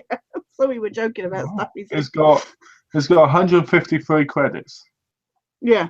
He's in a lot of stuff. That's incredible. So, because I got him to put a line from Shawshank Redemption. It was a really basic line, and he was like, and I said, the problem is you play so many different characters, you know, like with good lines and stuff. It's not knowing which one to pick, kind of thing. So. Well, his most stupidest death was probably in Die Hard 2 when the plane blew up. That always annoyed me. It always annoyed me that he had the gasoline falling down and it goes up, blows the whole airplane up. That was the worst ending to an action movie ever. It was like a boss battle in Resident Evil 5. It was just so boring. It was that bad. I was like, we're not going to get him go against the main villain. No, exactly. They just annoyed me. It turned out that it was the whole military, practically, who were the villains. It was like, oh. Yeah, exactly, yeah. You know, number one's the best. Yeah, definitely. Followed by number 5. Oh, yeah, because that was such an amazing movie. With the best title ever. A Good Day to Die Hard. Yeah, exactly. You know what? Who wouldn't name their movie that? If I'm honest, I like 1 and 4. Yeah. The others, you know. I love number 3. I love Die Hard with a Vengeance. No, number 3 is awful. I like 1, 2, and 3. I do. I can't. I know they're stupid, but I like 1, 2, and 3. I like. And I'm not too keen on 4, and 5 was just awful. I like number 2. I just don't like the ending. Yeah. You know, number 3. I don't like it at all. I think it's awful. I think it's one of the worst movies I've ever seen. Yeah. But it turns out it's related to Alan Rickman's character I as know. well. Yeah. It's like, come Rylan's on. doing this dodgy German accent. It's just like. It's like, come on. And number 5 is just like, oh, he's the good guy, but now he's the bad guy. Now he's the good guy again. Oh, we can fall through like 6 floors and survive because we're father and son together. Yeah. But then releasing the 6th one. William Sadler was the villain in Hard to Kill with Malcolm's favourite actor, Steven Seagal. He was, because he said, and you can take that to the bank. I remember his catch line in that. Or his catchphrase. Yeah. Yeah, no, I know number 3 is silly, but I like it, so. But 5 was awful. I want mine Bruce Willis hard. Laugh out loud. I love 1 and 4. Oh dear. Saggy Bruce. Oh, she liked 4 as well. So. Hey, yeah. Number 4 was pretty good. It had Maggie Q in it and Timothy Oliphant in it. Yeah. Pretty good. Oh, it was good. I just didn't enjoy it as much as like the earlier ones. It even had Justin Long in it and all, I think. Yeah, because wasn't he the hacker? Yeah. Because it was like his daughter's boyfriend, weren't they? Yeah. I don't like the son. But I know what Donna means with like going up to people for photos just because it's like to add to their collection. Because I hate that with the autographs as well. When you go up to, and people are just like putting their autograph through and getting it straight off. That's what cracks me up with a lot of these people that are announced for conventions. Like when they're just like stormtroopers or something and people just get their autograph to add to their posters and that. And it's like, but you don't know who these people are. They're all like, Well, you know what? My cousin, he's got a Back to the Future poster. Oh, yeah. And he's tempted to get all these people that are there this year to sign it. And I said to him, who are half of them? He went, I know they are by the movie, but I don't know, mostly. And I'm like, and they say holding from movies? Yeah, I know, signatures. Holding signatures is also a mental illness. Yeah, it's a mental illness, yeah. I mean, I don't get why people. It's all in the head. It is. I don't get why people want to get signatures now for people they don't know, or people that they won't ever be interested in. It'd be like me if I got Corey Feldman's signature and picture. Yeah. I'd be like, well, I don't really care about Corey Feldman, so why am I doing this? No, exactly. That's the thing. It's like I'll go through the list of guests and I'll have like the people that I desperately want to meet, and I'll have a list for the people that I would like to meet, but if my budget doesn't stretch far enough, I'm happy to leave. Yeah. But I would never meet somebody that I didn't even know what they're from or anything like that. Or I mean, like you say, there's a lot of people going from Back to the Future. Are you all right? Yeah. Yeah, I'm all right. There's a lot of people going from Back to the Future, but I won't meet all of them. I'll meet a couple of them, like the head teacher and stuff, because I know I'm from other stuff, not just Back to the Future. It's not worth me meeting people that I only know from one thing, unless I'm such a huge fan of that one thing that, Well, it's like if you meet Peter Dinklage, Peter Dinklage from loads of stuff. Yeah, exactly. I have a Hunger Games cinema poster, which would Tots get signed? Tots? She probably means love, but it's probably auto-corrected again. I was going to say, but she probably loved to get signed. I was going to say you want to get the Tots to sign it. Tots TV to sign it. Yeah. That's a bloody autocorrect is a nightmare. I reckon one day in the future, Jennifer Lawrence might be at one of the Comic Cons. I will say I am surprised. Like a lot of the people haven't gone. Like Peter and stuff like that. I am surprised they haven't gone. It'll happen, but it'll happen when the movies are finished. Like Harry Potter. Probably. Yeah. And you can meet nearly everybody from Harry Potter. I'd love to meet Donald Sutherland. I'd love to meet what's that guy's name? Oh yeah, Michael Dudikoff. Yeah. I want to meet Franco Nero. It's 73. Yeah. I want to meet Franco Nero. Franco Nero is like one of my heroes of cinema. Yeah. Oh, tots as in totally. What is with people? What's with people on these terrible abbreviations? I'm not putting people down, but I'm serious. Whenever I talk to people now, all I see is these abbreviations, and I'm like, okay, so T is for 2, B is B, and like F is for Frank, because like Alex will put TBF. Oh yeah. Right, I'll be, what's that? To be frank. Yeah. And then I'm like, just type the fucking words out. You know? But then they're probably like, Mel, we don't want to type like you, where all the spelling's all messed up. And I'm like, oh, all right, fine. You know what I mean? So, yeah. People, I can spell. I just type so fast that the spelling's bad. Yeah. Because the keyboard doesn't catch up. And I can't bother to correct it because I'm like, type. Because I'm like, people know what I'm saying. Yeah, exactly. As long as they have an idea of what you're saying, that's what counts. Yeah. That's why when I write an email, people see it all correctly because I've done the spell check and I made sure that I've checked over my stuff. Yeah. I'm awful because unfortunately, because I did like A-level English and everything, and like I say, English is my favourite subject and that, I'm awful because I will happily sit there and just go, that punctuation's wrong, there's punctuation. And I'm awful because I'm like, not everybody knows how to use punctuation like you, Tash. Well, you know and I'll what? sit there and I'll be like, what I'll do now is I'm going to send you a very long email with very bad punctuation and with spelling errors. And oh wait, that's just a normal email. So yeah. I joke because I have I don't know if you remember the Legend of Zelda little whiteboards, magnetic whiteboards that came in one of the, was it the nerd block or the arcade block or whatever. And I gave one to Donna, and the other one is up on my fridge. And every now and then, Donna puts nice little messages, you know, like to be nice and everything. And she put "You're awesome" on it, and I was stood there and I looked at it, and my OCD is just like, she's done the wrong version of "your," and I'm just like, and I'm like, I don't correct it, but I'm awful. I told Donna, and she was just like, well, I mean it the other way. And I was just like, well, say Alex did that to me. We were having a conversation when you're spelling "your" wrong, and I was like, "Yep, I don't care, but you spell it wrong. Yep, I don't care. Yep." And I got to a certain point where I was like, if he did this to me in real life, I'd cave his head in with my fist because it would just annoy me. Because I understand people getting angry with that when you're working. Yeah.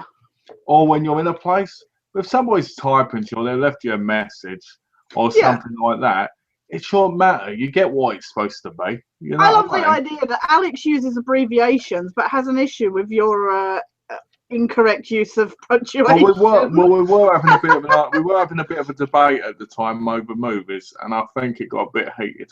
So it was nitpicking kind of thing. Yeah, you know, any way to get to you, you know, when after. That's the way people are like. That's what everybody's like. You know, if somebody's irritating you, you always try and take a little snarky way of, you know what I mean? Yeah.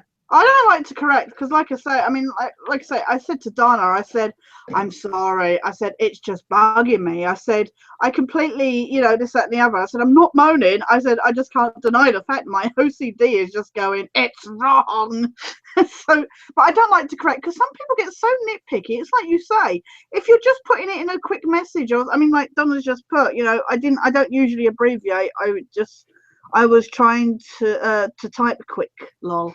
That's the thing, but unless you're doing like a bloody formal letter or that, there's no reason to like nitpick over your punctuation kind of thing. You know, I mean, just to say it clear, Donna, I wasn't picking on you in any way. I was just stating, you know, people in general. Just so you don't think I was, you know, because some people might because of that popping up. Yeah, Tash, appreciate that's from Donna. But it irritates me. It irritates me because I'm like, I understand people want perfect grammar. Yeah. If I'm in a job or I'm in a school or whatever, I'll have perfect grammar. Yeah. If I'm trying to pull some bird, I'll have perfect grammar because I need to look smarter. Right? But in reality, if you're just talking to someone, it doesn't matter.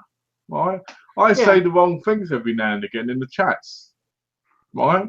the end of the day, as long as people get the point, it doesn't matter because I do correct it eventually when I'm saying the right thing. Yeah. But, you know, people get so agitated by people that do that.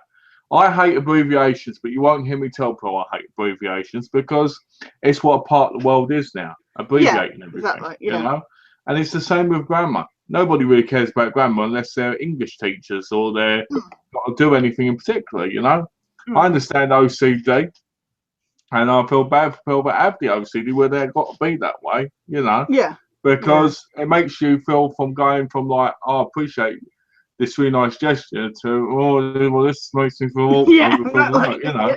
So I feel bad for people who have that, you know? Yeah. And I feel bad for people who can't use punctuation all the time because it's a 50-50 thing. Yeah, exactly. Yeah. Look at this.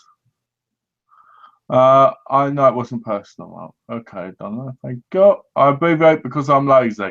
Don't mind most words, just you're there. Get on my nerves because it's simple. Well, it's simple for you, Alex, you know. I'm sorry I have to correct at times. Well, the thing is, what people need to realise is certain people, when they get corrected, they're likely to smash your face in. If somebody corrected me in the street, I'd punch them in the face. Because to me, it's rude. You know, it's always been that way. If I wanted to correct, like, if I corrected you all the time, Tash, you'd get quite angry, wouldn't you, by it? Because you'd be like, okay, once or twice, every now and again, I understand. But if it was constant, you see what I mean? That's the type of thing I'm talking about. Yeah. You always correct. I don't always correct. I try to help out sometimes. You know, like say like if you're trying to find the right word or something. I'm sorry, I don't mean to correct. I just It's one of those things. It's just a weird thing that happens. You know, I'm just saying, but 50-50, it's wrong on both sides. Yeah. You know, but it can also be quite not to correct, but I know sometimes I do it. You rarely correct. You rarely correct me. I just sometimes, you know, like say like when you're struggling for the right word or something, I try and help out usually to. Yeah. That's why sometimes I normally go, what's that word? You know. Yeah. I don't mind. I'm just saying, but people sometimes, especially with spelling. I know, it's because I know I correct Donna sometimes. I don't mean to. But. It's one of those things, you know. You know, the whole conversation not attacking anybody, it's people in general.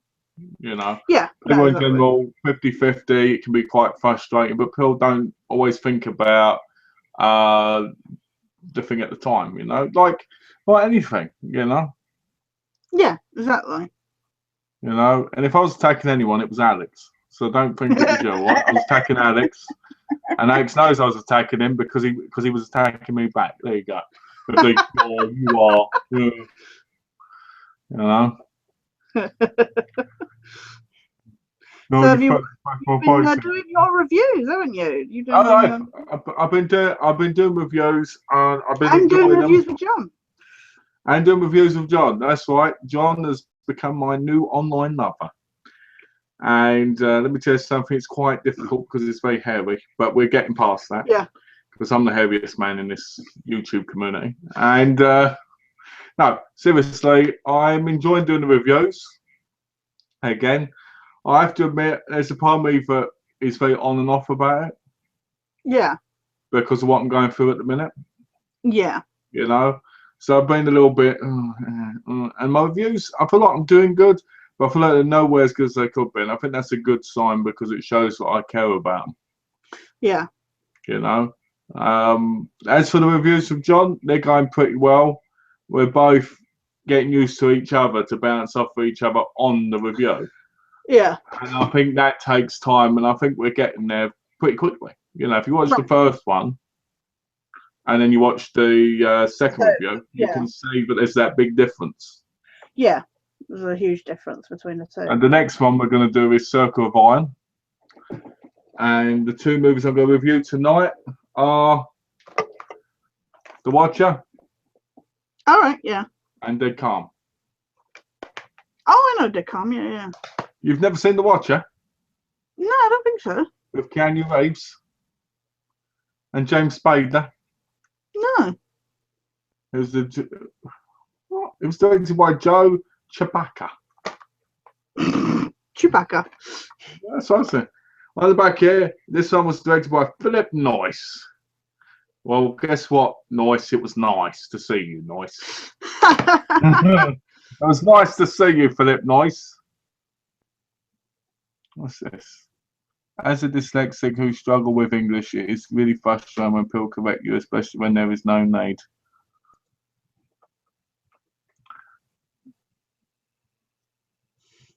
Well, you know, I think we all have frustrations, and I didn't mean to start anything. But you know, I mean, me myself, I've got certain issues I struggle with, Donna, and so I understand, like, you know, being dyslexic and stuff. Like me, I'm a very smart, intelligent person, but sometimes words and sometimes things that I think are spelt a certain way come out the wrong way. It's one of those things that happens. But, you know, we shouldn't get upset with people for wanting things spelt the right way sometimes, because it's like playing the game. If you play a game with someone and they keep running off into the bush and dying instead of being with you and helping you, or you helping them, it's frustrating. It's the same thing. You know, it just happens. Everybody's different. And everybody has different ways of seeing things, you know. Do I blame anybody who does that? No, of course I don't, because they've got a different view to what we've got. You know, it's like anything, you know. I suffer from autism, you know. I have certain issues, and people won't ever understand what that's like because they don't go through it. And I think that's the same thing with everything. You know, you can have OCD, people won't understand that.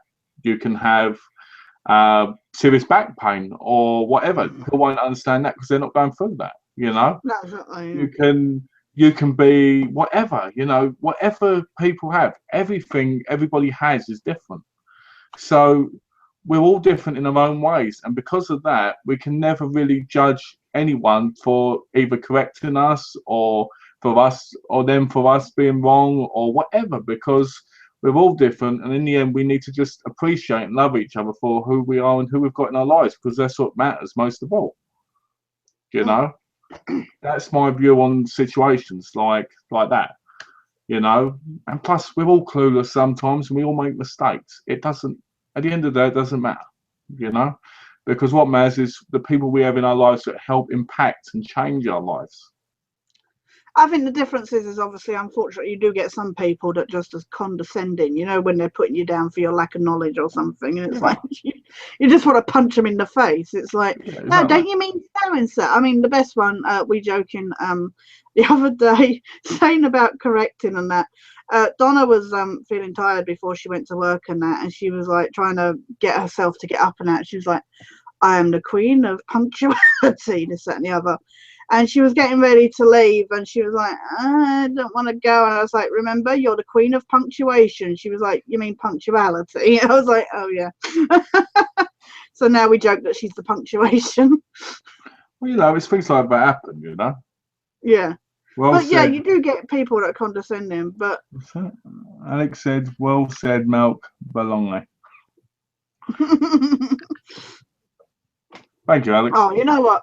At the convention, going to the convention, although I enjoyed it, was something that got me down, because it made me realize, like, my restrictions have gotten worse, if you know what I mean. Like, one of the queues we was in, I was struggling to stand up, so I went to kneel down, and normally I'm able to do that a couple of times during the day, but the first time I put my knee down on the ground, it really hurt, and I was like, I'm not able to do this, and it made me really sad. And Donna has said before, you know, like at Chevron, she was like, you need to start, you know, there's going to be a time when you're going to not be able to do this anymore.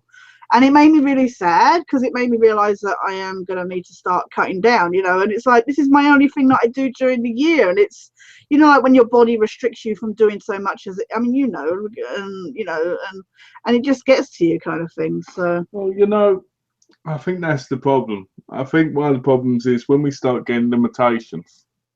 Yeah. I think it can be a really horrible kind of wake-up call to how we are, you know. Because we're very fragile, you know. We don't realise it, but we are, you know. And all the things that we think we should be able to take for granted forever. We can't, you know. Yeah, exactly. And so when something like that happens, it can be heartbreaking, you know, because you're like, this is one step closer to me not being able to do the one thing I love more than anything. Yeah, exactly. Passion. There are ways around it, you know, but there are things that you might feel like not doing or doing, depending on what happens in the future. You know what I mean? Yeah, exactly. But I think that it can be hard. You know, lately I've learned what my limitations like with your doctor appointment and stuff. You know, stuff that you get. Yeah, exactly. Lately I've learned a lot about limitations for me. You know, I've learned that there's things that I can never do. Because if I did, they'd make me even more worse than I am. So, you know, I feel like things can really. I think the things that matter to us are the things when it comes to like our health and everything. Yeah. And the things we can do, and when we can't do them, I'm mumbling now. When we can't do them, it just affects us so much. You know. Yeah. No, exactly. It's like me, you know, like you said, me and my doctor's appointment and me needing to see a doctor again and stuff like that. It all makes me feel like I'm not going to be able to be capable of doing certain things. Yeah. But I should be doing. And I think that is horrible. But anyway, that was the same thing over and over again about 6 times then. But no. You get what I mean? Yeah. What is that link you shared, Alex? Because it's come up asking me if I'm human. If I do something, is it going to give me a bloody virus or something?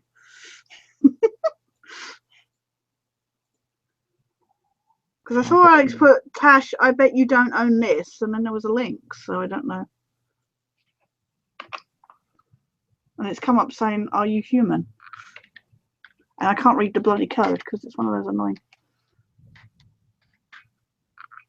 But yeah, no, you weren't rambling. You were just saying, and I completely agree. Well, I put mine in. It said not found.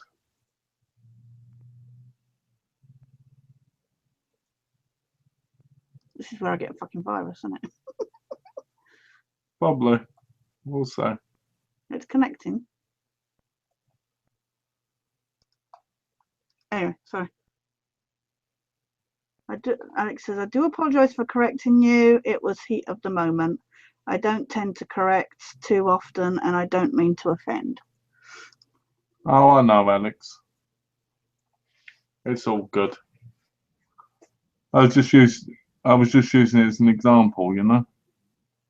Yeah, I don't think I'm going to click on that link, Alex, because it's coming up with strange stuff that looks like it wants to download and that. So.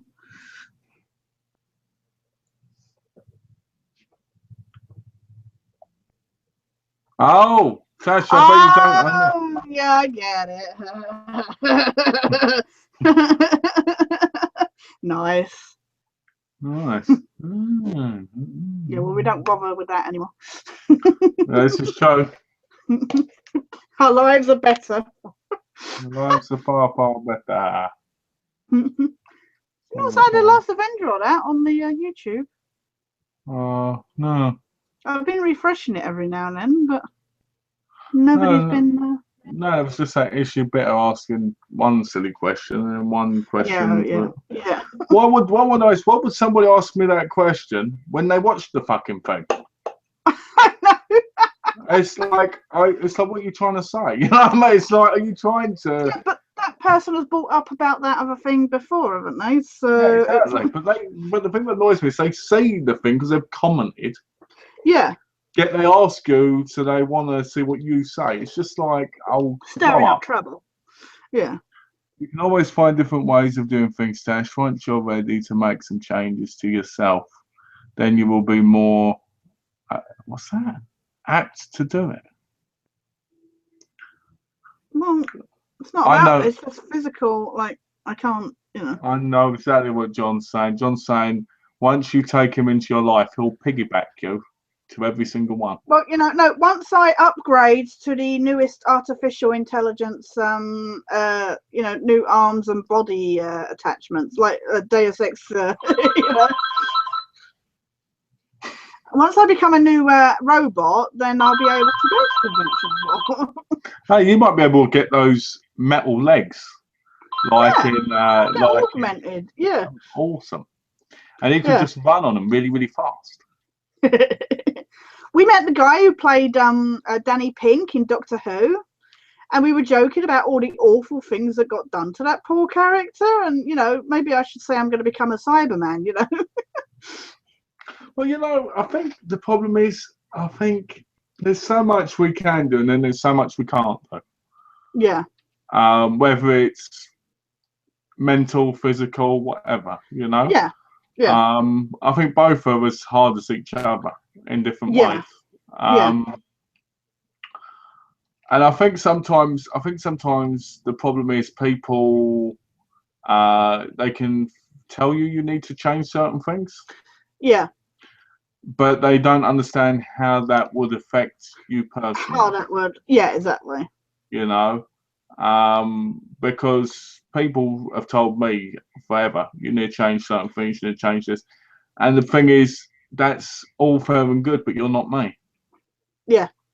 Well, that's the thing. It's like, me growing up with an eyesight condition, everybody always saying, oh, you won't be able to do that. And then I'm like, I want to try to do it. I'd rather try and do it before saying no. And as a result, I have built up this, Donna will tell you how stubborn I am, at doing stuff, even though I shouldn't do it. And I think that's the problem now with my health deteriorating in all areas, be it with my hearing and my eyesight and my physical problems, is that I still want to keep doing stuff, even though I know I'm being held back. And it's frustrating because I want to fight through it. But then, like I say, I am in so much agony. Donna will tell you, we didn't have nearly as much, to do on the one day that, say, we've done over a weekend. But I think, as Donna said, it's that kind of thing where when you've got like another day to go, you fight through it, don't you? And then when you get to the day when you're going home at the end of it, your whole body starts to shut down, kind of thing. And I think that's the thing, is because I knew I only had the one day. It was a long day. I hadn't slept the night before, so I was up for like 36 hours. How I look as good as I do in my pictures is beyond me, considering. I think it's because it's one of those things which just lights you up, Yeah. It's something that you love doing so much that you could go without sleep for like 6 days, and you'd be like, exactly. Exactly.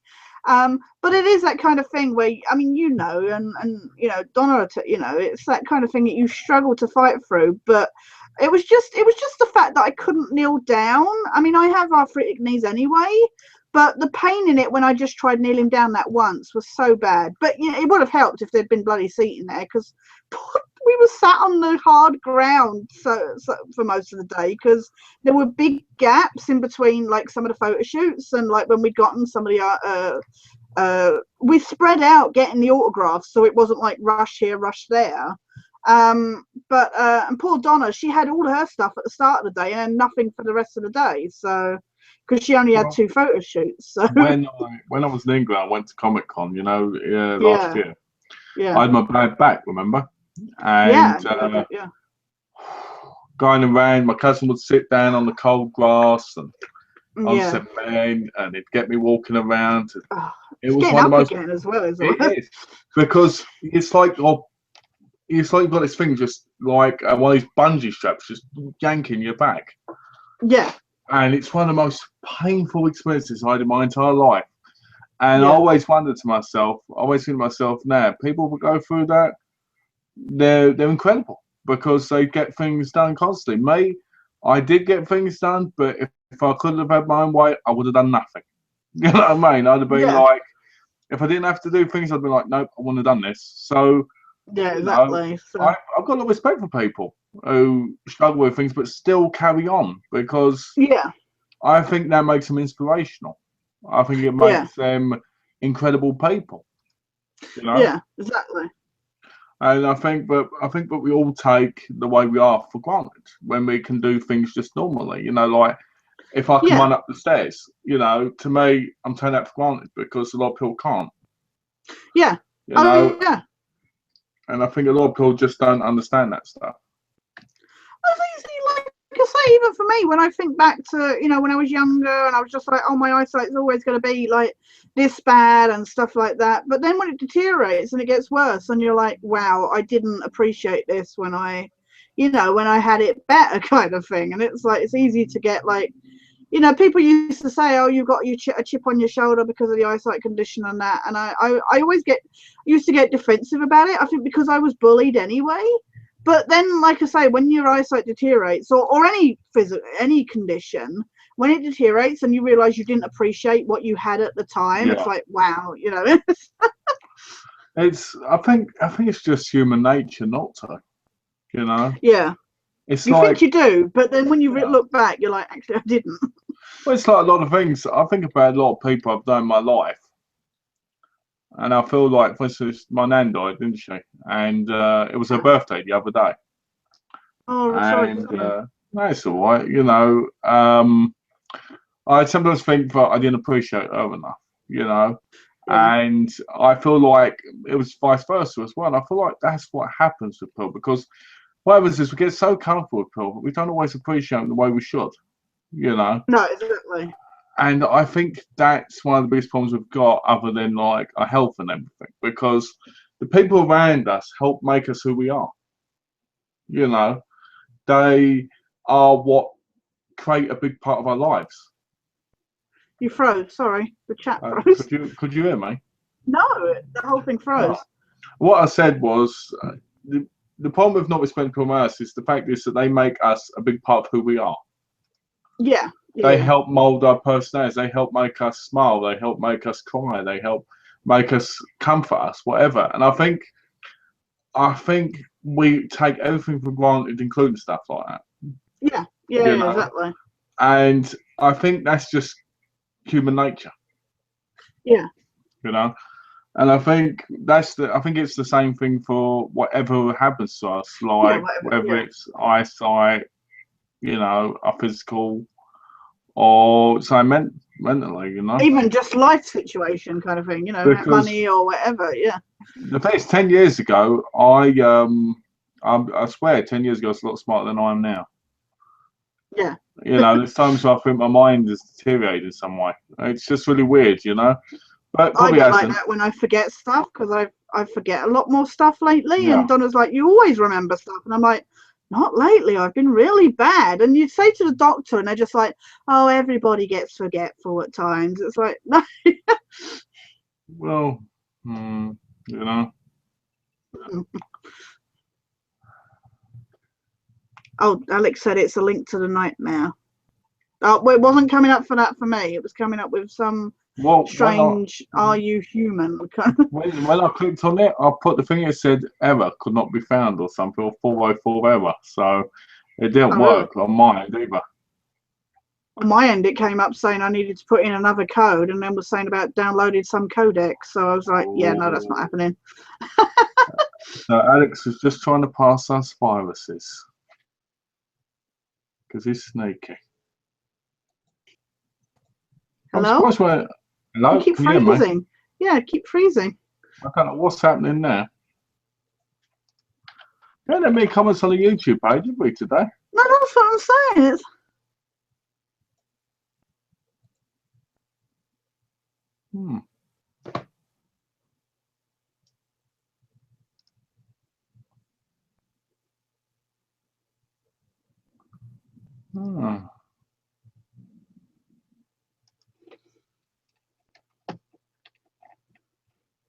I think we've What's that? I think Donna's left. Sorry, Donna. What was it? What? She lost connection.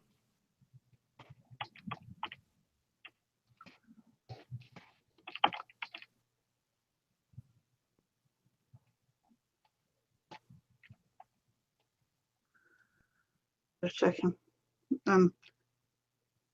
Anyway, sorry. Yeah, no, we've not had anybody.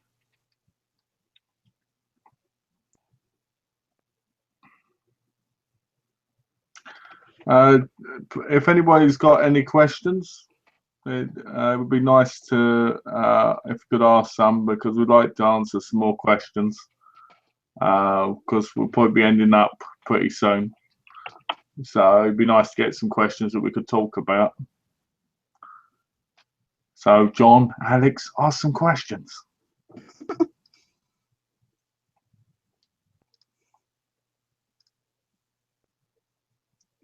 Are you out there? Is anybody there?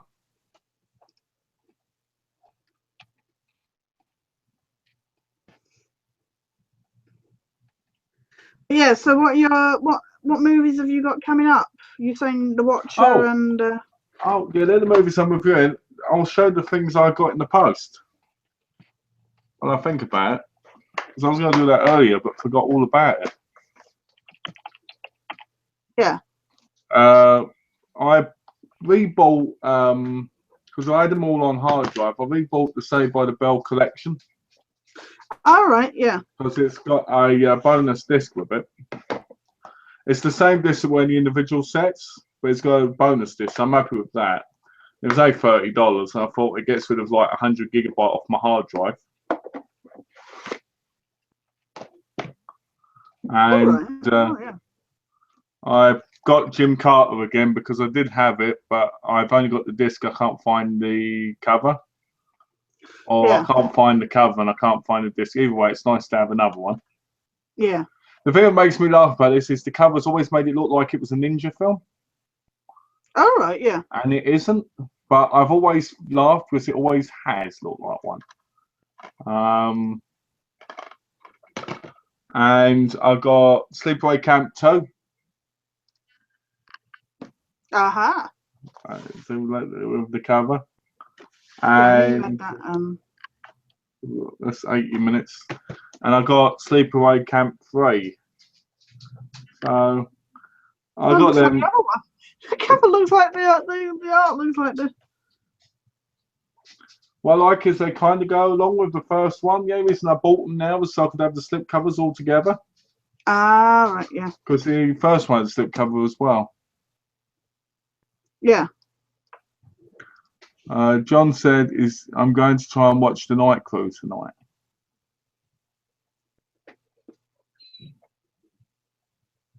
That's not bad. You know, I'm going to try and watch that tomorrow, John. I think that's it looks like a good movie, so I'm going to try and watch it tomorrow. So I'm off my game today. I spent the morning in the sun. Yeah. Petting animals too. And a bam.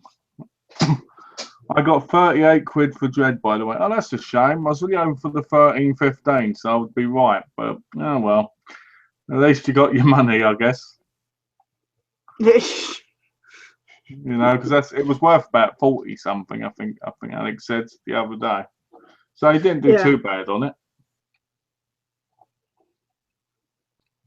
I've not had a Night Crew, so. No, it's a new movie. John found it and he recommended it. You know, it's it should be. It looks pretty good. Tell everyone the hell you went through to get your latest movies and TV shows. Okay, I will. So basically, while I was contacting Amazon and I decided to do same-day delivery. So the same day it says delivered, but it wasn't there. I call up on track. They tell me that my package was delivered. I say it wasn't. We'll call you back. Call me back at 9:30. Your package was delivered to the wrong address. Oh, no shit, Sherlock. Of course it was. Oh, I'm going to have to get the driver to get it for you another day. Well, we can't do it tomorrow because tomorrow's Sunday and he might be away for 2 weeks. So he might have to wait 2 weeks. Freezing on me. Oh, that's weird. Sorry, you keep just disappearing. That's all right. That's all right. And so the next day they call me up and they go, oh, it was left at the first house. The driver said he left it at the first house. And I'm like, the first house? There's but you're like a long way down the road. Yeah, I mean, the first house, there's so many turnings, but you'd be like, what one?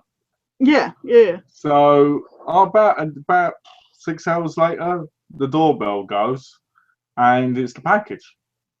Yeah. The guy threw the package at Donna when she opened the door and ran off. The package had been opened and resealed, But luckily, the people who got the package who opened it hadn't basically, stolen anything. Because they could have done. When the driver went there, the person could have been not in. Yeah. And it would have ended up being quite frustrating. But it was a lot more stressful than that. But that's the easy, simple solution of mentioning it. The worst part was I bought on an anime that cost about $40, $50, and I wanted to have it so she could have it because it was a gift. Yeah. And if you order same day delivery, you should get the place same day. When I called Amazon, they said, exactly, "Oh, we can't give you." Because you paid for it. So.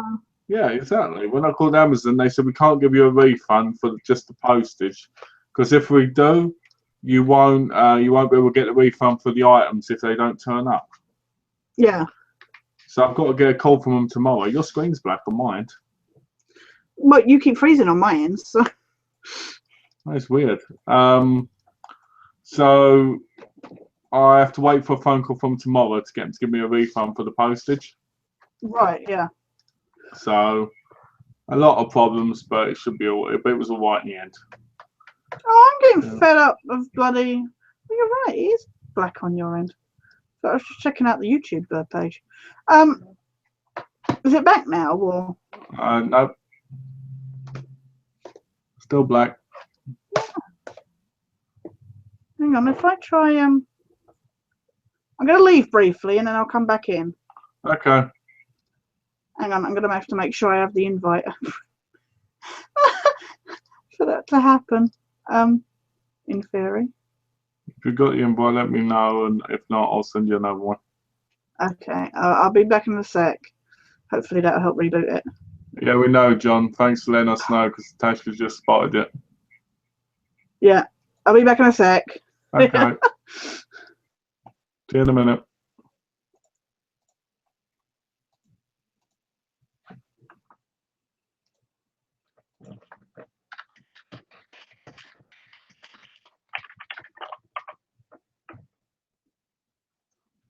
So yeah, I'm all on my own, all on my own. Anyway, let's have it. What's going on? I can hear her fine, but no video. Yeah, for some reason on Tash's end, I was freezing up, and on my end, she was black. Black screen. So hopefully, when Tash gets back in, she'll be able to be seen. We can answer hopefully a couple of questions, and then probably say sayonara.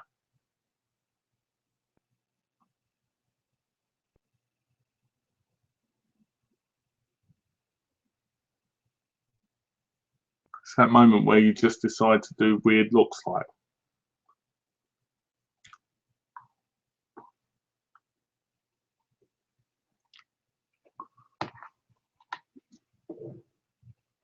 Almost as bad as when my computer freaked out the other day. Yeah, that was so weird. When your computer did that, it was so weird because you had this blue screen, didn't you? And then then you called on like you wanted a phone, which looked even more weird because it was all blurry.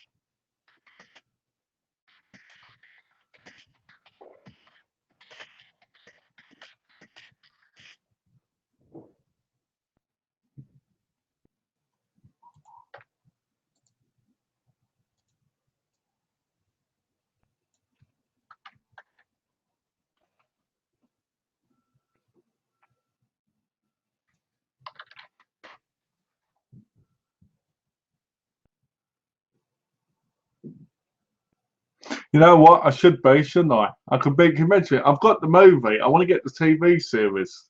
You know, the animated series. I want to get that because I think I always like Dick Tracy. I always like the colours and the weird kind of gangster story. I always really like that film. It's one of those films again I haven't seen in years, but I own on Blu-ray.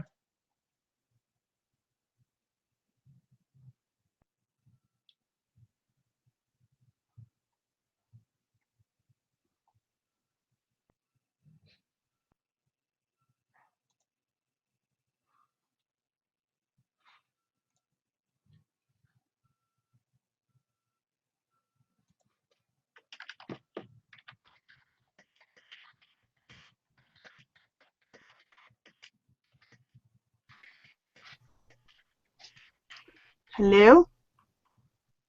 Hello. Am I back? You're back. Can you see me? I can see you. That's scary. That's the scariest thing all day. Watch this. This is my reaction now, eh?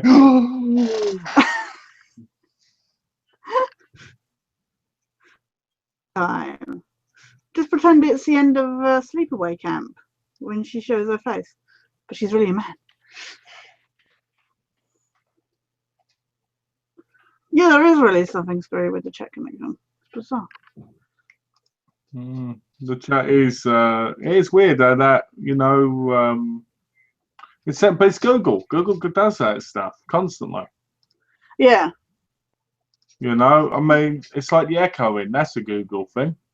Oh yeah, the fact we have to sit here with headphones on is. What were you saying while I was gone? Just dissing you, putting you down. Oh, okay. Oh, thank God she's the gone. usual stuff. Yeah, thank God. Thank God Tash is gone. I think there's something really screwy with the chat connection today. Yeah, there does seem to be. Excuse me.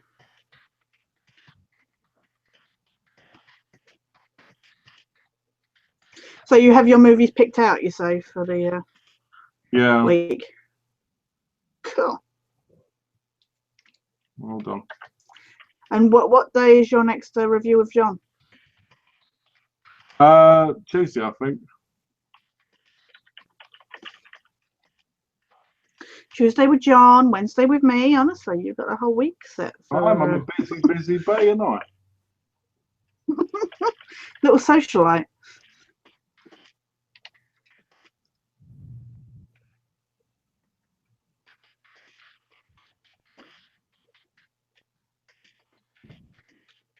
Oh, go on. John will get a kick out of this.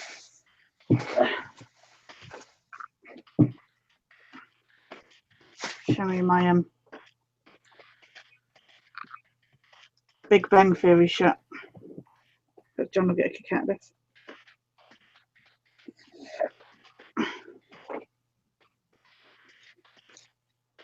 There you go, John.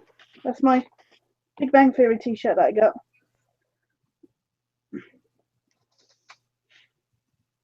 So that's that. And my Walking Dead t-shirt was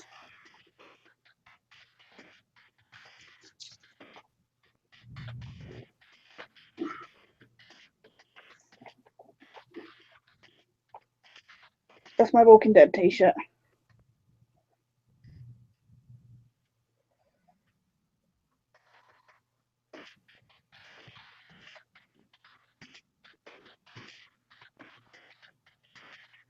You're right. Yeah.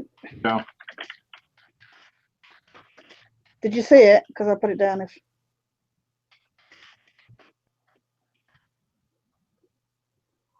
Fine. Oh, that's nice. Oh, I like that. Yeah. That's a lovely shirt.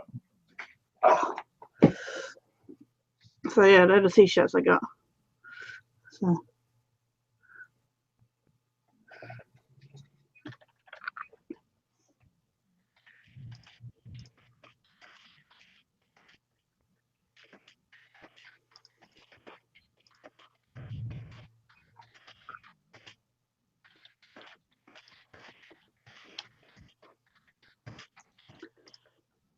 doing madly typing away.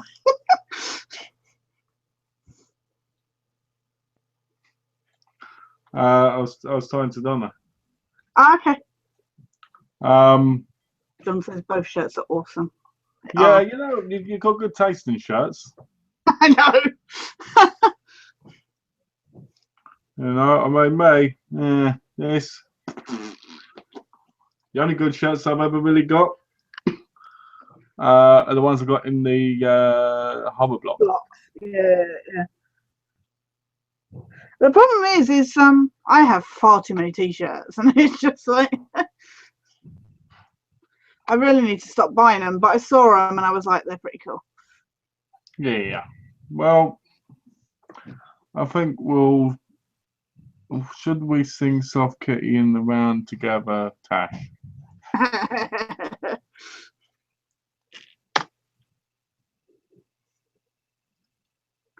Soft kitty, warm kitty, little ball of fur. Happy kitty, kitty, purr, purr, purr. Oh, when you watch Big Bang Theory, finally, you'll get it. Oh, well, eventually. I want to get my into it. They had a Dawn of the Dead one, but I didn't like it much, so. Oh, we have a shadow who may make an appearance. Nice. There you go. And there's a dog jealous. So yeah, I'm gonna be trying to take it easy this week because I really need to start getting my like I say, my legs feel like steel rods have been shoved through them at the moment. So hoping to get back to doing some scripting and that this week. So it would be nice if I can get back to doing some movie reviewing as well. So have a bite. That would be really good. We'll see, but.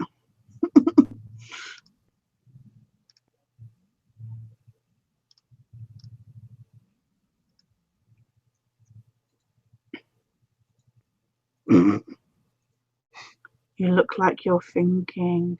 I was. I'm a bit brain dead right now, to be honest. Sorry, I'm back. Early in the morning for you, afternoon. No, just things. Thinking, yeah. You know, I've got to. I think we probably end the chat in about 9 minutes, if that's all right. Yeah, sure. Because then I'll be able to talk to you for a few minutes, because I've got to talk to my cousin as well, haven't I? Yeah, you got that, haven't you? So because of I don't want to. I don't well. want to end the chat and not get to talk to you for a few minutes, you know. So, yeah, no, that's fine. So if everybody wants to, if anyone wants to ask anything, if you ask it now, should be all good.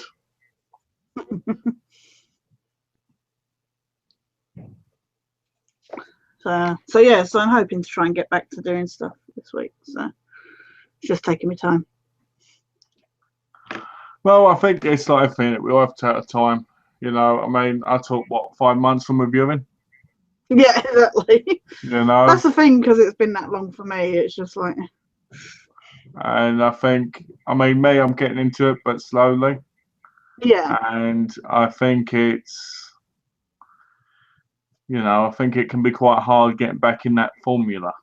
Yeah. Yeah. Like you exactly. said, if you get out of your routine, it can be hard to get back into it. Yeah. Yeah. Exactly. And that's what it feels like with me. I mean, I do the stuff, but I still feel like, most of the time it's gone. When you're doing your next review, is it up yet? And then normally I'm like, oh, I better do it. Yeah, exactly. You know, but I'm looking forward to your Centurion review.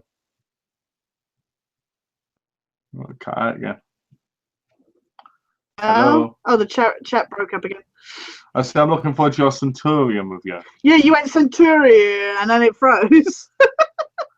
So I'm looking forward to that, and I'm looking forward to get my 2 on there. I keep trying to do 2 a day because I think that's a fair amount for me. Yeah. But there's a couple of days I'm like, no, I don't want to watch that. I want to just relax and watch wrestling or something, you know? Yeah. So, one of those things. I was going to say, when you're saying about packages. Yeah. Oh, Donna says she sent a question on Google. Have you seen The Covenant? I have not seen it. Have you seen The Covenant? Oh my God, bad. You know, I think I've heard of it. I might have watched it years ago. If it's a new thing, I haven't. If it's something from a few years ago, I might have done, but not remember it. Might not have lasted. I can believe it's awful. You know, by the name. You know, so. Yeah, I'd not even. It's only because Donna mentioned I hadn't even heard of it. Donna said she was watching it or something, but I don't know of it. So I've probably heard of it in passing, but it's not something I've seen. So if it's one of those things that's had a Blu-ray review, I've seen a Blu-ray. I've seen it. If it hasn't, there's a chance I have seen it, but don't remember. Yeah, it was unforgettable. Excuse me. Oh, John says, so who's going to review Centurion first? You guys are killing me not reviewing it. Haha. Well, you know, after Tash has reviewed it, you might want to die. Yeah, exactly. You might not want to see my review, honestly. But no, seriously, I'm leaving that to Tash because Tash is going to do it first, so it'll be Tash who gets it done first. When Tash wants to review something, I try and give it 2 weeks before I review it. It's a respect thing, you know. If Tash doesn't review it for like 6 years, neither will I. So, you know, it's just one of those respect things, John. I'm not going to do that to somebody who, you know, is in the same position as me with reviewing and stuff. It's you know, it's something you do out of respect. Most people don't, but I'm that way. So, yeah, you know. Me too. So, liar, you're a liar. I reviewed one thing and you reviewed it 2 days later. I was like, oh, what? Back when we were doing Hellraiser, and I did them like back to back, and you did them like all at once or something, and then even then you were like, oh well, Tash has pretty much said it all, but here's what I should put a link, shouldn't I? You know, like in the Notion. Tash has basically said it all. Go watch this to finish off my review. Everything that I missed out didn't say, Tash has probably said. So. What's this? Donna said, no pressure, Tash. Laugh out loud. But no, I was going to say, you were saying about packages earlier. I'm getting fed up at the postman just thinking that I know they're stood out there, because I had a package today just left on the doorstep, and I'm fed up of them leaving it out there on by my door, especially because kids come in the area and, you know, like could easily pick it up and stuff. So well, over here, that's what they do. In America, I could have an Xbox One being delivered, and they'll just leave it on the doorstep. Yeah. You know, and you're like, why would you even? You're like, why would you do that when that could get nicked? Yeah, exactly. Well, what cracks me up even more is, you know, on the packaging, it's like, you know, Royal Mail tracked, and it's like, well, how do you know it's tracked if you're not even going to let me know, you know, sign for it? Well, that's the thing, you know. I mean, I get tracking from Amazon and stuff. How do they know it? They go, oh, it's been delivered. No, why don't they just have sign for? Yeah, exactly. Of course you would. You're a sexist bastard who doesn't respect his best friend Tash. Leaves her to die in the games you play. Well, he does leave me to die. I should stop helping him. Well, he stands there and is like, oh no, I'm trying to kill the bad guys. And I'm just like, hello. No, he does help me a lot. I should be glad that Tash didn't go, yes, he is a sexist. Because he is a sexist bastard. Yeah. What's that? Women shouldn't be playing games, damn it. On your estate, if it's left on the doorstep, they won't dare take it in case it's drugs or guns. That's very true. Is your estate that bad then? Yeah. It's not as bad as people make it out, but it is quite bad. You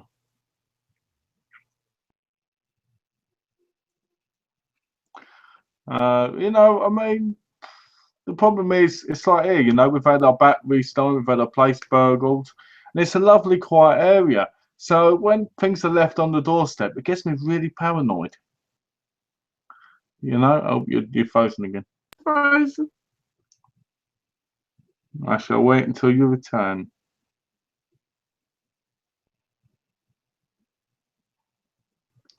Hello? Hello, can you hear me? Oh. Yeah. There was something about burgling and stuff, and then that was all I heard. I said we've had our battery stolen, we've been burgled, so when stuff's left on the doorstep, it makes me very paranoid. Yeah, exactly. You know? And sometimes Donna doesn't hear the doorbell either. So the stuff could be out there the whole day. So I have to go up and check, you know. But a lot of times I think they hear the dog bark and just assume that I know they're there. And they don't ring the doorbell, they don't use the door knocker, and I'm just like, bloody, I'm not psychic. You know? When I was in England, when I lived in my old flat, I used to have I ordered Chinese one night. And the guy knocked on the doorbell and he went, "Oh, look, it's a package here for you." And I went, "Wow, my Chinese delivery man's also my Royal Mail guy." And he went, "No, I just work for the Chinese." I went, "You don't get it. You've given me what I was waiting for all day, and it was probably left out there the whole day." Yeah, left out there. Yeah, exactly. The fact it wasn't taken by the kids is amazing.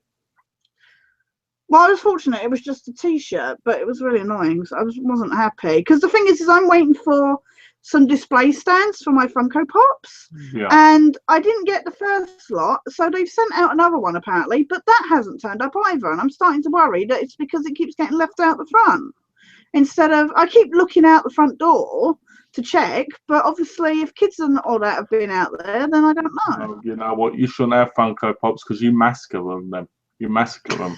I take them out. Take them out of the boxes. How can you do that? It's so funny because, like, on the on the X-Files groups at the moment, everybody's been rushing to post to show how big a fan they are by showing their Funko Pops and that. And most of them are all in their boxes still, and I'm just like, yeah, mine's not in my box. Oh, were you going to join chair? Have you done your chair gate yet? No, I'm working on it because I need to figure out what I actually need to do. It'll probably be something really silly. For those who don't know, what happened is when the X-Files was about to start filming, there was this big thing where Gillian Anderson, David Duchovny, one of the writers, Glenn Morgan, were all putting these pictures up on like Twitter and everything of these the star chairs where they had one with Mulder on and one with Scully, and they were next to each other. So everybody was posting these pictures, and everybody started joking on Twitter that pictures of chairs with names on is the new thing. So everybody started putting these pictures up of chairs with names written on them. And it's bizarre. I said, I put on Twitter, I said, that the X-Files is coming back in the new age of technology when Chairgate is a thing, Well, I think Chairgate's a funny thing. I think phases that people do on those things are just funny. Yeah. But they're cool, they're cool little things, so why not? Yeah, exactly. I loved the one I loved was the one that somebody tagged David Duchovny in and said, "Hey, do you like my chair?" And it was just somebody's chair of dirty laundry on it. It was like, that was brilliant. John says The Convent is a decent movie. Young kids that seem to be immortal, but every time they cheat death, they age a certain number of years. If they don't have any life-threatening problems, they live forever. Oh, I think I've seen it then. And I think it's a very forgettable movie. By that description, it sounds quite forgettable. Yeah. I'm sure it's okay. Donna said it was trying to be a horror movie, but it was like a teen movie or something, I think. Yeah, that's the point. I hate these teen movies. Well, horror movies, Yeah. What's this? Donna says probably been put in the bin, Tash. Send over postmen seem to like to do that. Bin men loving them for the wife's. What's that? Bin men loving them for the wife's. I don't know what. I'm glad I'm not the only one who can't read it. Stolces? Statues? Autocorrect, I think, is. Oh, not again. Don't you just hate autocorrect? Because it always comes completely different. Yeah, I know. It's never the word you're saying. I know. And then it's like, I joked to Donna, I'm like, I was trying to decipher your message, but she's like, I put this, but it's corrected it to that. I remember on the iPhone most type things. I do hate that though, because the binman collected the bin yesterday. Sorry. So I don't know if anything was in it that I needed to take out. Well, I think we're going to end in a minute. It's that time, yeah. So while we wait for the phone to ring, for the 5th time today, why don't we say our byes? Yeah. And hopefully we'll find out what the last word was before we go. Thanks everybody. We didn't have much of a turnout, but we had the amazing John, Donna, and Alex asking great questions and commenting. So thank you so much to you guys. And anybody who watches this after the fact, I hope you enjoy it. And thanks for all the support. And please subscribe to Malcolm. Please subscribe to me if you get the chance. And look forward to seeing you all next week. And thanks as always to Malcolm for having me as his partner in crime. Oh, I'll have you anytime, Tash. You know that. Only because I take pictures with your face stuck on. Oh, it's what? That sounds even worse. That sounded ruder than it meant. Oh dear. Yeah, as always, guys, I'd like to thank you all for watching. Donna, Alex, and John. Without you, we won't have such the great chats we do. So thanks as always for being here. We got John said thank you guys. Today has been cool, but a lot of troubles with Google. Till next time. Yeah. Let's hope we don't have those troubles on Wednesday, John. I don't even have to advertise that because everybody here watches that one practically, so it don't matter. So I'd like to thank everybody for being there. I'd like to thank Tash for being there because she had a very busy weekend. And if you haven't already, please subscribe to me. Don't subscribe to Tash because I don't want you to. Yeah, it's not worth your time. Because I totally think, but it's a waste of time. No, seriously, subscribe to me, subscribe to Tash, then subscribe to me again with a different account, and get the formula going. But yeah, as always, guys, thanks for watching. Me and my partner in crime, and we'll catch you again next week for our 30th one. Yeah, for our 30th. For our 30th chat, it's gonna be great. Awesome. It's getting there, isn't it? We're getting really, really. Yeah. It'll be 50. It'll be 50 soon. 52 will be a year. Yeah. So, as always, guys, thanks for watching. Take care and have a lovely day. And join us next Monday for a great chat. Awesome. Take care, everybody. Have a good week. Bye for now.